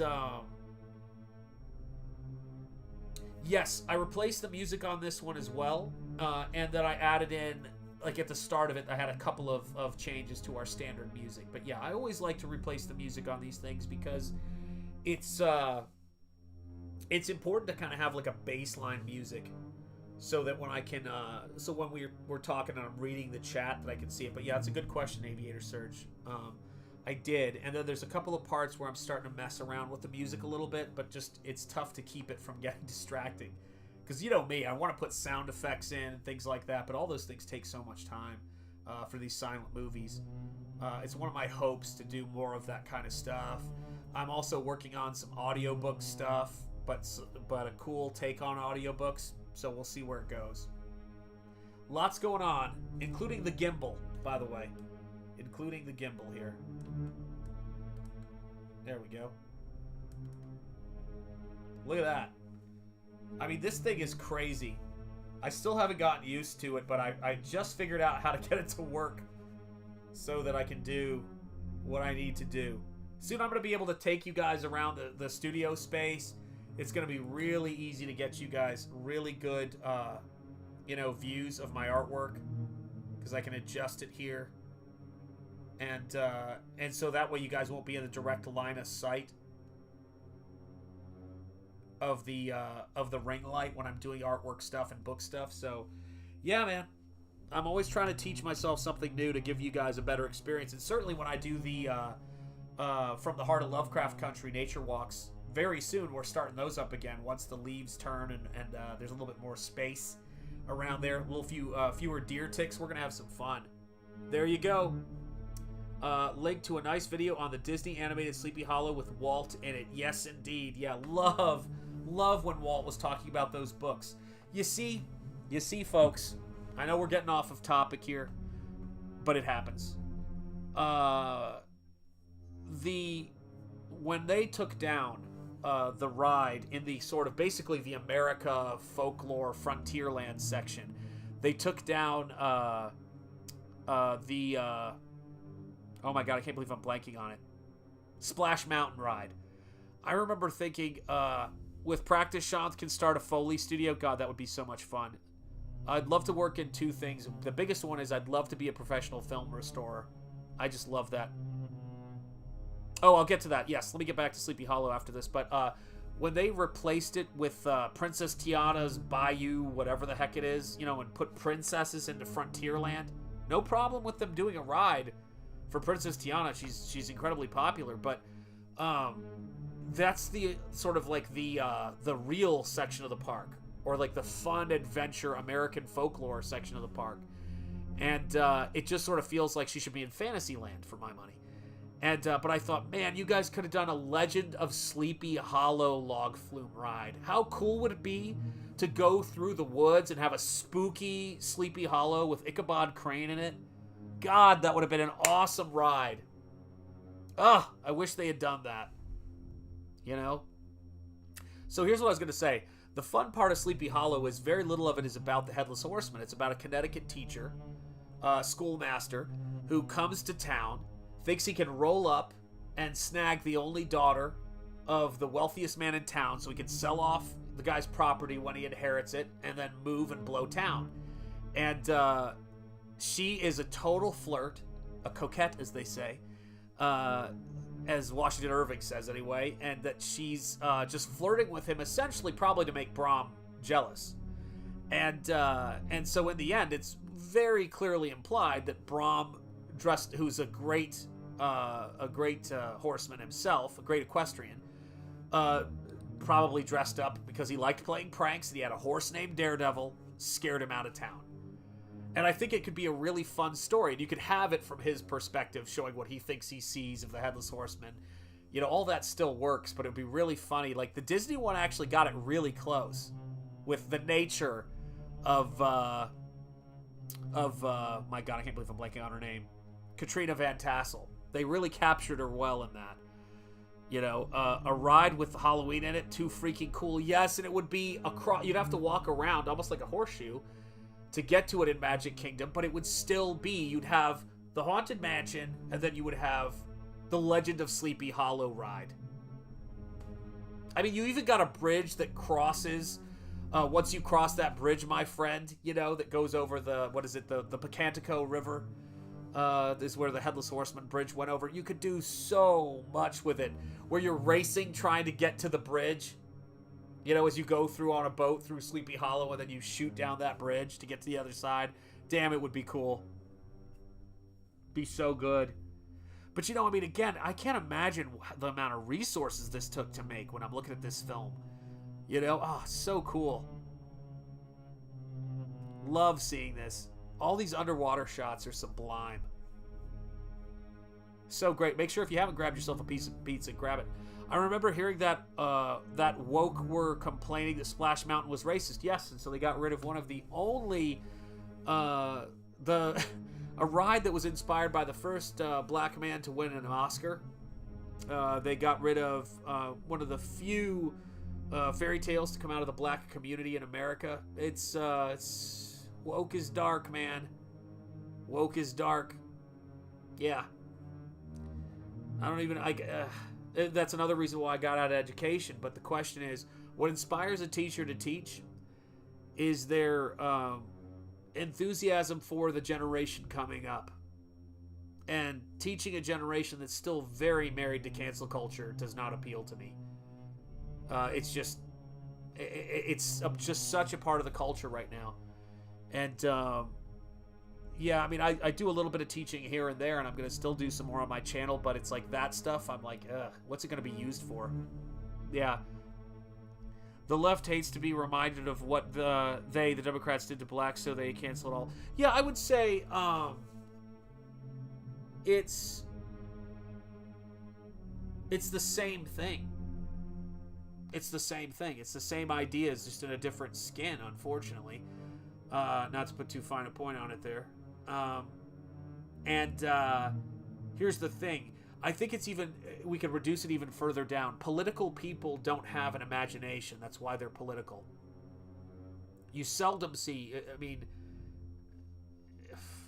there's a YouTuber I follow who does a channel called Retro Blasting, and he said, when you're in a creative meeting and the conversation turns to politics, imagination has left the room. And I don't include civics, by the way, as being the same thing as politics, if that makes sense. Not at all. And the human struggle, the human condition, politics is always in the background. It's always there. But I think Melville contextualized it really well in Moby Dick. Love, Bakshi's Coonskin, based on the same Brer tales. Yeah. Song of the South deserves a re-release, and people need to just deal with it. You know, it deserves a 4K. It's an important movie in American history. And I think it is really disturbing that the censorship that goes on. But that ride did not need to be censored. That ride was, I mean, they destroyed something beautiful. And I think you could have both things. There was an excuse to destroy that ride. And it was the most popular ride. Yep, Mike French of Retro Blasting. Yes, indeed, always spitting facts. Yeah, he is. Yeah, he's the man. I actually support him on Patreon, and I don't always watch his channel. I just do it to support him because I think he does good work. You know, he does really good work. I support a lot of things like that. But yeah, look at these guys, man. This torpedo must not miss its mark. Incredible. Song of the South has effectively been wiped from existence. Disney should pay for their crimes. Yeah. You know what's interesting, though, Glass Machine? I'm not mistaken. There is a 4K out there of it. Some people got an original copy of the film. They're film restorers, just like what they did with Star Wars 77. And I do believe there is a very high-quality Song of the South out there. Believe it or not. So it can be tracked down. You might be able to find it, Glass Machine. It's because the film prints were still out there. So there were some folks who got, put together film prints of it. Probably did Wetgate scanning. I mean, you'd be shocked at what, motivated... What am I saying? You wouldn't be shocked. You're Comicsgate. What motivated fans do. Wow, now I know what to get my nephew for Christmas. My liberal sister will be thrilled. It's a great film. Song of the South is a wonderful movie, canceled and buried, much like the true history of the War of Northern Aggression. There you go. It's funny you should say that. I was just watching the unedited... with the... Can we get another take of that? Footage of Shelby Foote for the Civil War documentary. Yeah. That's right. I'm sure Headless Bourgeoisie can tell me the other name for the Battle of Manassas.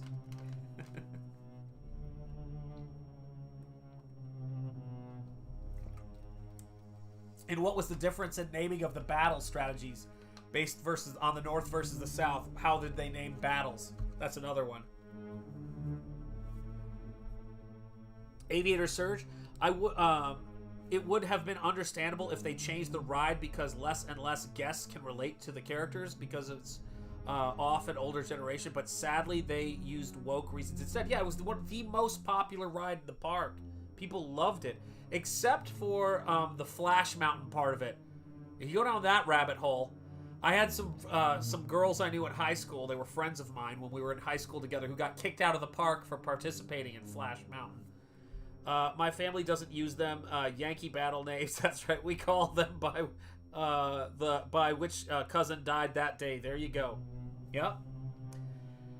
They were typically named. Southerners typically named battles. The Confederacy named battles after the water that was nearby. Yep. It was. Yep. It's Bull Run. You've got it. You've got it. 100%. You know what happened on Flash Mountain? They had pictures that they would take as you were going down on that log flume hill, and there were yep, some gals I knew, one of them named Kelly, used that opportunity, yeah, which that's a pretty steep drop, so you must have had to work, but I bet those things were floating. Bull Run is very close to where I live. Yeah, I mean, guys, if you haven't been, I grew up right near the site of what Shelby Foote referred to as the bloodiest battle in the Civil War. He said it was actually, if you added it up, it happened over 2 days, but one of the single days was more bloody than Shiloh, and that was the Battle of Chickamauga. So yeah, I grew up on Chickamauga Lake, and I saw Halley's Comet back in the day. The only way I could get a clear view of Halley's Comet when I was a little kid, on its last go-around, was to go out to Chickamauga Battlefield. So I actually saw Halley's Comet on Chickamauga Battlefield. Hey, what's up, Mikey? How you doing, Mikey Gets? It's good to see you, brother. Look at this, guys. Look at this. 1916, son of a gun. A revelation. You bet it's a revelation. Let's have it. Yeah, Chickamauga Battlefield. That was brutal. That was some brutal fighting. And here you go. Imagine the sight that Nemo is experiencing right here. Just incredible. Allah be praised, it is my child. There you go.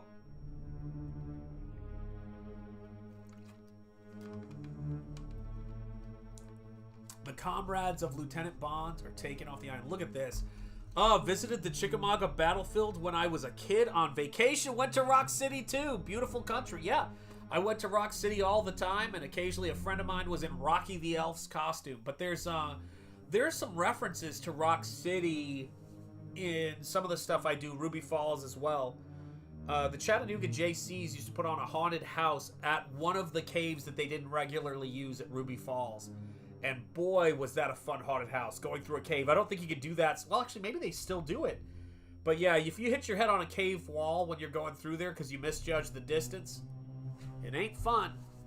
But yeah, Chattanooga was it was a fun place. Back in the day, they had the Alpine Slide on Raccoon Mountain, which was such a great ride. You can still see people walk the track of the abandoned Alpine Slide up there. So yeah, I mean, that's a big part of my life, man. That was a decade of my life, of my childhood. It was from 7 to 17 before I went off to college, and I was still going home after that for a bit. Captain Nemo reveals the tragic secret of his life, which Jules Verne never told. Yeah, Jules Verne never told. You made it up, kids. Come on.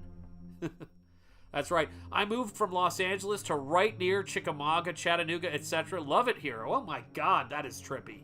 Fucking hell. I'm getting creeped out by Comics Game, man. There's some weird coincidences. So as many of you guys know, my first professional job was a comic book called Threshers, and I just ordered on eBay because I wanted to get it, the ad that originally appeared for the book. And if you look off to the side, it won't focus at this close, but you can see Andy Smith and Bart Sears, and you can also see the ad that says, where is it? 32 pages. Where is it? Action. There we go. Covers by Bart Sears and Andy Smith. Sometimes it's like we're all traveling through time to meet. I still haven't figured it all out, but it is one of the great miracles of my life, is all of the weird things. Is that guy in blackface? Love this film. Yes, he is, in Love Away. For the record, one of my favorite movies. Has not one, but two actors, one of whom used to live in Bristol, in brownface, which is Lawrence of Arabia. The great Alec Guinness, as we all know. Just incredible. And then I'm totally blanking on the other actor's name. Anthony Quinn. Brilliant actor. Love that movie. We just had a table at Chattanooga Comic-Con. Oh my God, this is so weird. 2 weeks ago. Small but fun. Okay. So my brother, who grew up in New York, and is dedicated in my book, he is my family for all intents and purposes, was the guest of honor decades ago, probably when I was living there, to the Chattanooga, I think it was the Chattanooga Comic-Con or Science Fiction Convention. He was the guest of honor. When he told me that, I was like, God was trying to put us together. Yeah. Oh yeah, I heard you talk about that before. That is strange. It's very strange. Very strange. So many coincidences. Just wait until Shantha realizes I live in his attic. There you go. Just waiting for Shanthaversity to open. Yeah, we'll see. We'll see when that happens. Yeah, I mean, guys, it gets nuts. Yeah, my other brother Rocky, some of you guys are subscribed to his YouTube channel. He's worked in animation for everything, Lucasfilm, and God, I don't know how many different things he's worked for. Character designs, Happy Tree Friends. He's done all this stuff. Rocky Ballesteros, he went to high school with my wife's cousin in Alabama in Huntsville. How is this possible? Like, they knew of each other. Can't make this stuff up, man. Can't make this stuff up. In fact, my wife's maiden name, the Arts District in Chattanooga, where there's all these Italian restaurants and things like that, is owned by the Portera family, which is my wife's maiden name. And that's my wife's dad's cousin, whose father paid for him to go to medical school, also in Chattanooga. Makes no sense. It makes only sense one way. Look at this, man. You're getting the history of all these characters. You're getting this adventure. My God. What a trip. This movie is wild, man. Yeah, I mean, oh, God. All of this stuff is so crazy, man. So crazy. Ah. There you go.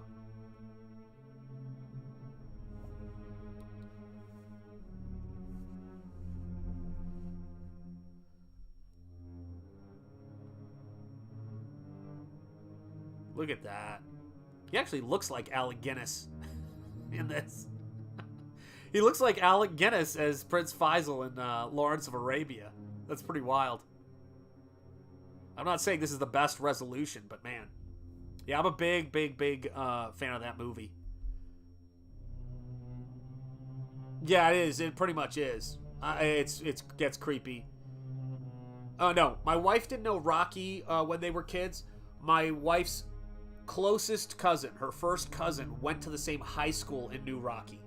So when they were, my wife's cousin was one of her bridesmaids. That's how close they were. Rocky was one of my groomsmen, which is why his nickname was the groomsman in my chat. That's what his handle was for a while. So that wasn't the first time they met. How the fuck does this stuff work? I do not know. I have no idea, like, how this stuff works. Mikey Getz says, saying, "What up, Salty? Miss you on streams lately." There you go. Look, you are missed. That's a lovely thing. Seriously, that's a lovely thing to hear. I always love when I hear that stuff. On the night Air came the world sound. Yeah, there you go. And here we go. I mean, come on. This is wild. Oh, that's still the handle for his Discord. Shameless plug, yeah. Oh, man, love that dude. I'm so glad I got him on YouTube. I don't know if he's glad I got him on YouTube, but I'm so glad I got him on, yeah. Yeah, same here, man. I've been painting up a storm, working on SPRINGBALL, getting, putting together Nosfero, getting ready to close that out. I need to be streaming more, but also, man, a lot of people been getting sick. I've been having terrible allergies, but my daughter had to come home from school and she got COVID real bad. And so things have been nuts here. I had my mother-in-law come up for a visit, which was great, but it's been nuts. Yeah, Alec Guinness looked just like the real Faisal. It's scary. He did. I absolutely agree with that. 100%. Salty, keep an eye out for the shows by a great Chattanooga-based horror surf punk band called Keep Panic. There you go. Must see. They're really fun. You guys stop it. Headless Bourgeoisie, stop it. Stop it. You guys are creeping me out. This all has to stop. But we will be back streaming this Tuesday with John Malin on my channel, the great John Malin. So come hang out at 6:30 Eastern. Salty and Savage Show. There you have it. God, look at this, guys. Look at the scope in this movie. This is ridiculous. It's so good. And I can't help but imagine a young Walt Disney seeing this and going, I'm going to make a movie of that one day. You know, he loved Jules Verne, but I know he saw this movie. I know he did. There's no getting around it. I mean, Mickey Mouse came out in 1928 when he was a kid. And he loved going to the movies. His older brother, Roy, who worked all day and would use his money to take the kids out because his family was basically living in poverty. I mean, the story of Walt's story is incredible, man. Absolutely incredible. And Roy Disney is he gave everything he had as a brother that he could have given to Walt. Everything. You know, he worked himself to death trying to make Walt's dreams come true. Incredible stuff. Just incredible. Oh, Lord. Look at this.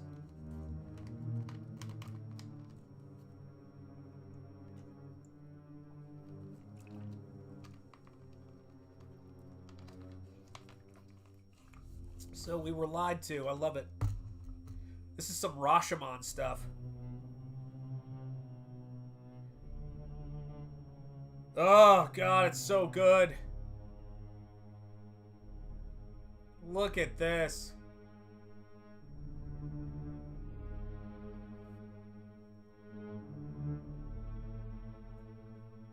Oh.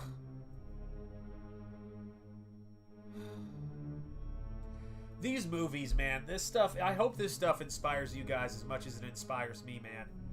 Because we're always fighting the technology. We're always trying to figure out the technology. And this is just some amazing stuff. It's just amazing stuff to me.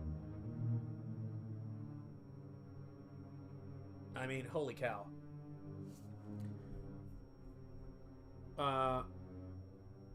Yeah, oh yeah, was it? Oh gosh, I can't click on that. There we go. Mustafa Khan did good, putting Anthony Quinn in The Message and The Lion of the Desert. Good stuff. Yeah, Anthony Quinn, I used to quote him to my kids every morning to make them laugh, because Anthony Quinn actually used to live in my town in Bristol, which is another bizarre coincidence. On the day I got my full-time position, which I left in 2020, I think, or 21 or 20, I think it was. My wife was with Anthony Quinn's widow at her house that he used to live in, holding his Academy Award. And during that time, I was doing a painting of Lawrence of Arabia, and I was into that movie, and I just went, what is even happening? I don't know what's happening, guys. All I can tell you is, back Nosfero, it's got 20 days left on it, and Springball is... It's one of those things. It's taken off right now. Like, it's just the creepiest thing in the world to watch something... With all this stuff, you feel like you're being guided by hidden hands, man. That's the only way I can explain it. But this ain't my plan, I'm telling you what. Someone else's plan. And I'm just going to work hard and, you know, let it take me where it's going to take me. Incredible stuff, man. Yeah, back everything indeed, man. Yeah, Springball is absolutely nuts. It's such a badass book. It really is. I mean, if you, like... Todd McFarlane and the Moo Crew, which is to say McFarlane, Orzechowski, and Olaf, exist in their own sort of sphere for me during that time. Those first, whatever it was, 15 issues. I think that Springball would sit well on the stands next to those books. It's that good. Like, the story is cool, and you're also getting the first appearance of the new version. It's not the first appearance was 2002. Good luck finding those, by the way. I can't even find those first versions of it. But this new version is the first appearance of so many characters and the lore for this story. It's going to be incredible. Do not miss the first issue. Oh, that's crazy. I knew he lived in Rhode Island, but didn't know it was Bristol. Yeah, he did. Unbelievable. I mean, I can flip through Springball right now in InDesign and Nosfero. I have 2 editions of that I can flip through in InDesign because it's ready to go to print. Do not miss that book, guys. Seriously. How good is this? The Funeral Under the Sea, which is a very important part of the Walt Disney movie. And there you go. Back Springball on Indiegogo right there, guys. There is the link. Terminal Monstrosity. Terminal Monstrosity, the meaning of that, like why it's called that, when you get to the end of this story arc, it's going to be really poignant. And I had thought for a while was gonna be 3 issues, maybe. if I make the second issue, if I were to make the second issue 30 pages, I'm just going to see. But I might be able to wrap up this story and be on to a new adventure by the end of book 2. But I'm not... I reserve the right, if I need those pages, to do 3 issues for the story. So this is going to be the first part of the story either way. And you're going to go, oh my stars and garters, when you get to the end of that. Because it's just... It's not so much a cliffhanger as it's everything is going nuts at the same time. It all builds in that first issue, and you're going to learn a lot of stuff. Issue 2 is going to be great, because I'm going to get into the backstory. But Nosfero, the backstory for Nosfero is one of my favorite things I think I've ever written. And it's a book about faith, and it's a book about hammer horror, and it's... Unlike SPRINGBALL, you know, you've got bare breasts. It's great. It's everything we love. Yep. Back to Nosfero Art Edition, 100%. And also, yeah. We also have a little female rump roast in there, too, as well. For those of us who, you know, it's how we roll. It's good stuff. But it's a hammer horror movie. It's a hammer horror movie. It has nudity that used to be considered PG back in the days of movies like 1941 by Steven Spielberg, if you know what I mean. So it's that kind of story, you know. And it's going to be... I'm not going to be doing art editions, another art edition. There's like a 90% chance I won't ever do an art edition. But I'm not going to be doing an art edition in this type of format, again, because I want to move on with the story, and it's just going to be words and pictures. Oh, I should point out that there were some lettering fixes that Eric and I did in the oxidized edition, so it's going to be different. Bonus features in both of these new editions are different than the ones in the first edition. So if you have all 3 books, you have pages of new bonus features. Yeah. I mean, this, like, when I watch stuff like that, if people wonder, like, why do you watch stuff like this, and what is it about this stuff that inspires you? It's fuel for the imagination. I have to have books. I have to have movies. I definitely get inspired by some comic books, and mainly they're the comic books that I grew up on, and then the ones that are kind of off to the side there. They're because, like, you know, stuff like Richard Corbin and you know, some of the stuff, the eerie, the creepy stuff, Wally Wood, Dave Stevens. I'm just like looking at what I've got, you know. Mike Zeck's Punisher, Tim Vigil's Grips, Tim Vigil's Faust was a big influence on me when I was young, in my formative years, which I know may sound terrifying. Todd McFarlane, of course, Eastman Laird's Teenage Mutant Ninja Turtles, my mentor Brian Stelfreeze. All of these folks, like, influenced me. Frank Miller's Dark Knight, 100%. Disney concept artists, for sure. God, I can't believe I'm blanking on his name. But Gustav Tengren and folks like that. And here we go. We bury Nemo, and then here's our beautiful Titanic-esque shot of the benediction, which I love. And so, guys, that has been the 1916 20,000 Leagues Under the Sea. And what a film it is. What a beautiful film it is. So, yeah, so, like, let's see what we can do here.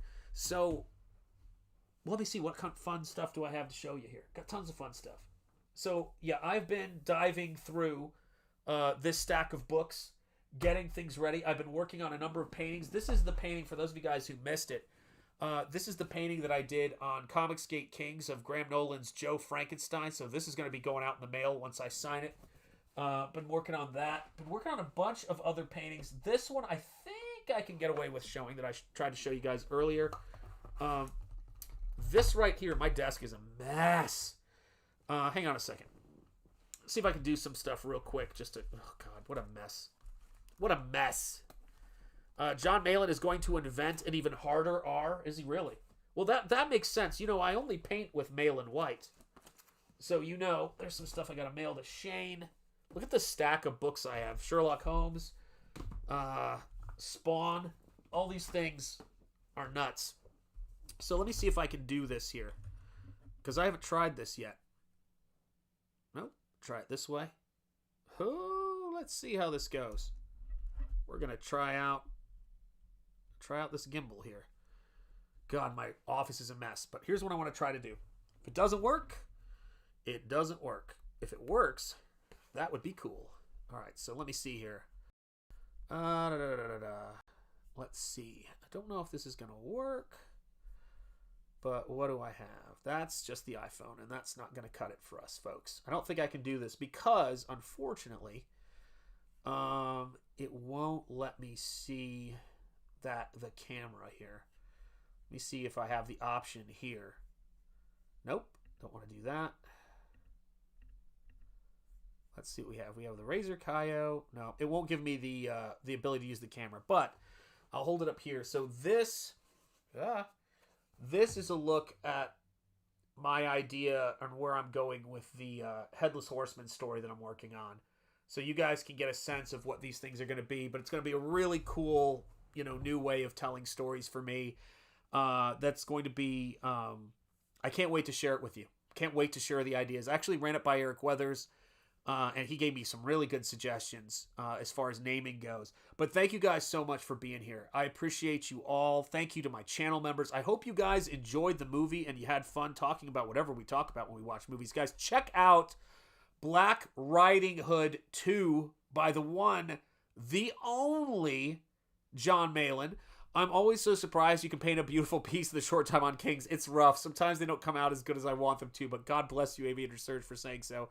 Yeah, Zek's work on Batman 10 Nights of the Beast is great. The covers are wonderful.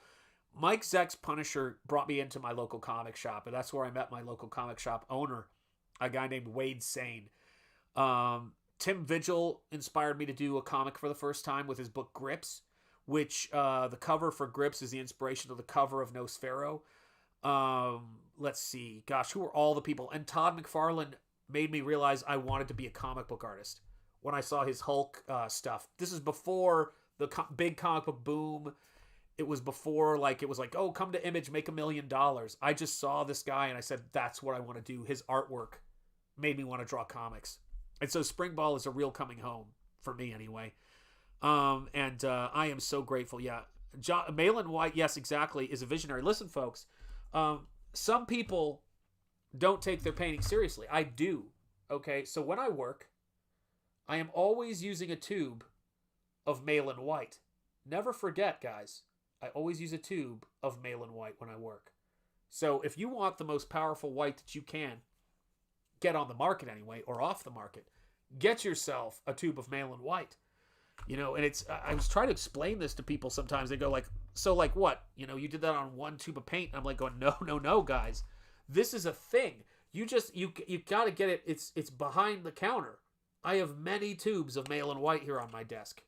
So never forget it, folks. Never forget it. Love 10 Nights of the Beast and the Ditko question-esque ending. Yeah.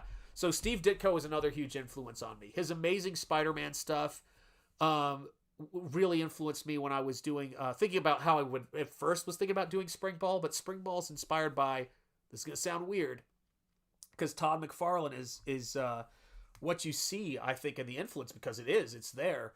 But he was influenced, so he's influenced by Spawn on one level, but then he was influenced by Steve Ditko's Amazing Spider-Man, Dave Stevens' The Rocketeer, and here's a big one. Mike Allred and his work on Madman was a huge influence on me. So were the Animaniacs, for that matter, and animation, and Felix the Cat, and all of the other stuff I like. Oswald the Lucky Rabbit.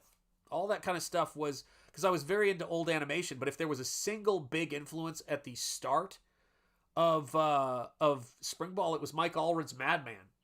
I loved that book, man. Loved that stuff.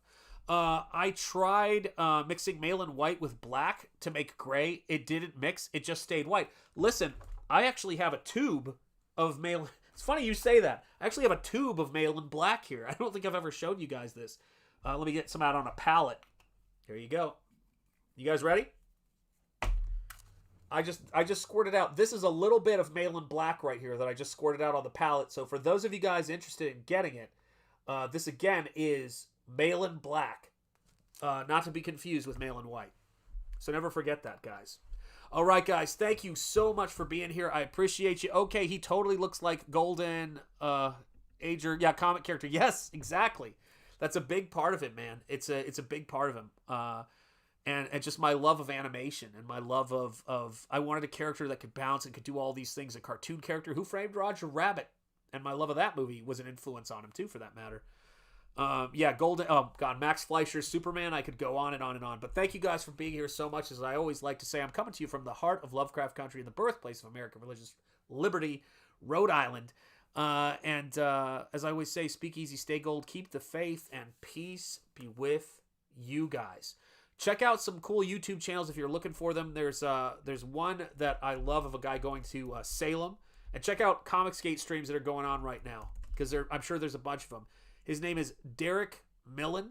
Look up his YouTube channel. It is absolutely worth a look. And then one I just subscribed to the other day. This guy reminds me of my childhood best friend growing up when I was in early elementary school. Is the sweetest guy in the world. One of those guys who was a latchkey kid. His mom worked in the cafeteria at our school. She'd always give us extra ground steak and gravy when I was growing up in Chattanooga, Tennessee. I'll never forget her. She was such a sweet woman.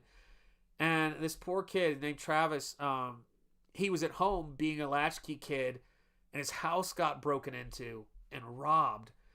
And so he was at home hiding behind the sofa, and they came home to a robbed house. They thought he'd been kidnapped.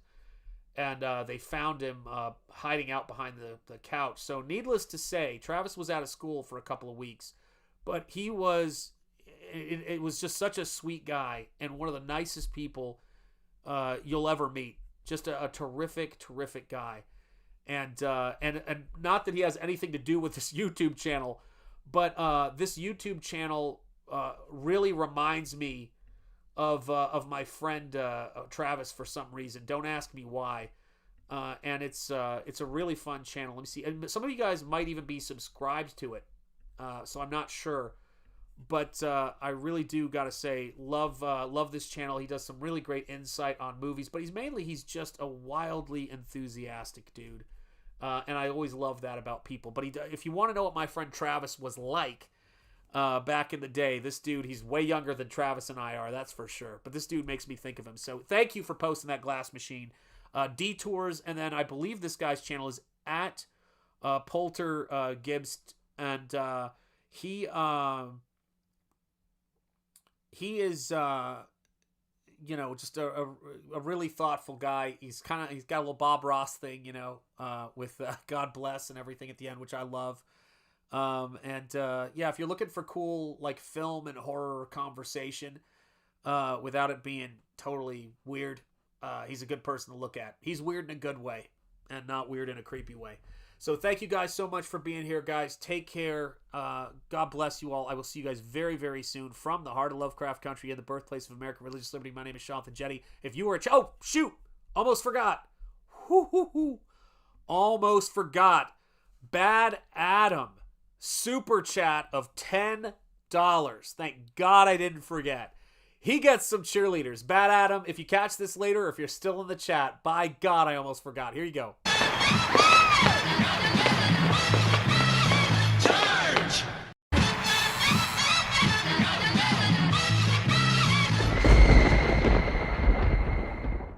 Ooh, that was close. That was really close, guys. I almost forgot Bad Adams. Super chat cheerleaders. Thank you, Bad Adam, for that $10 super chat. It's much appreciated. We'll go to brushes.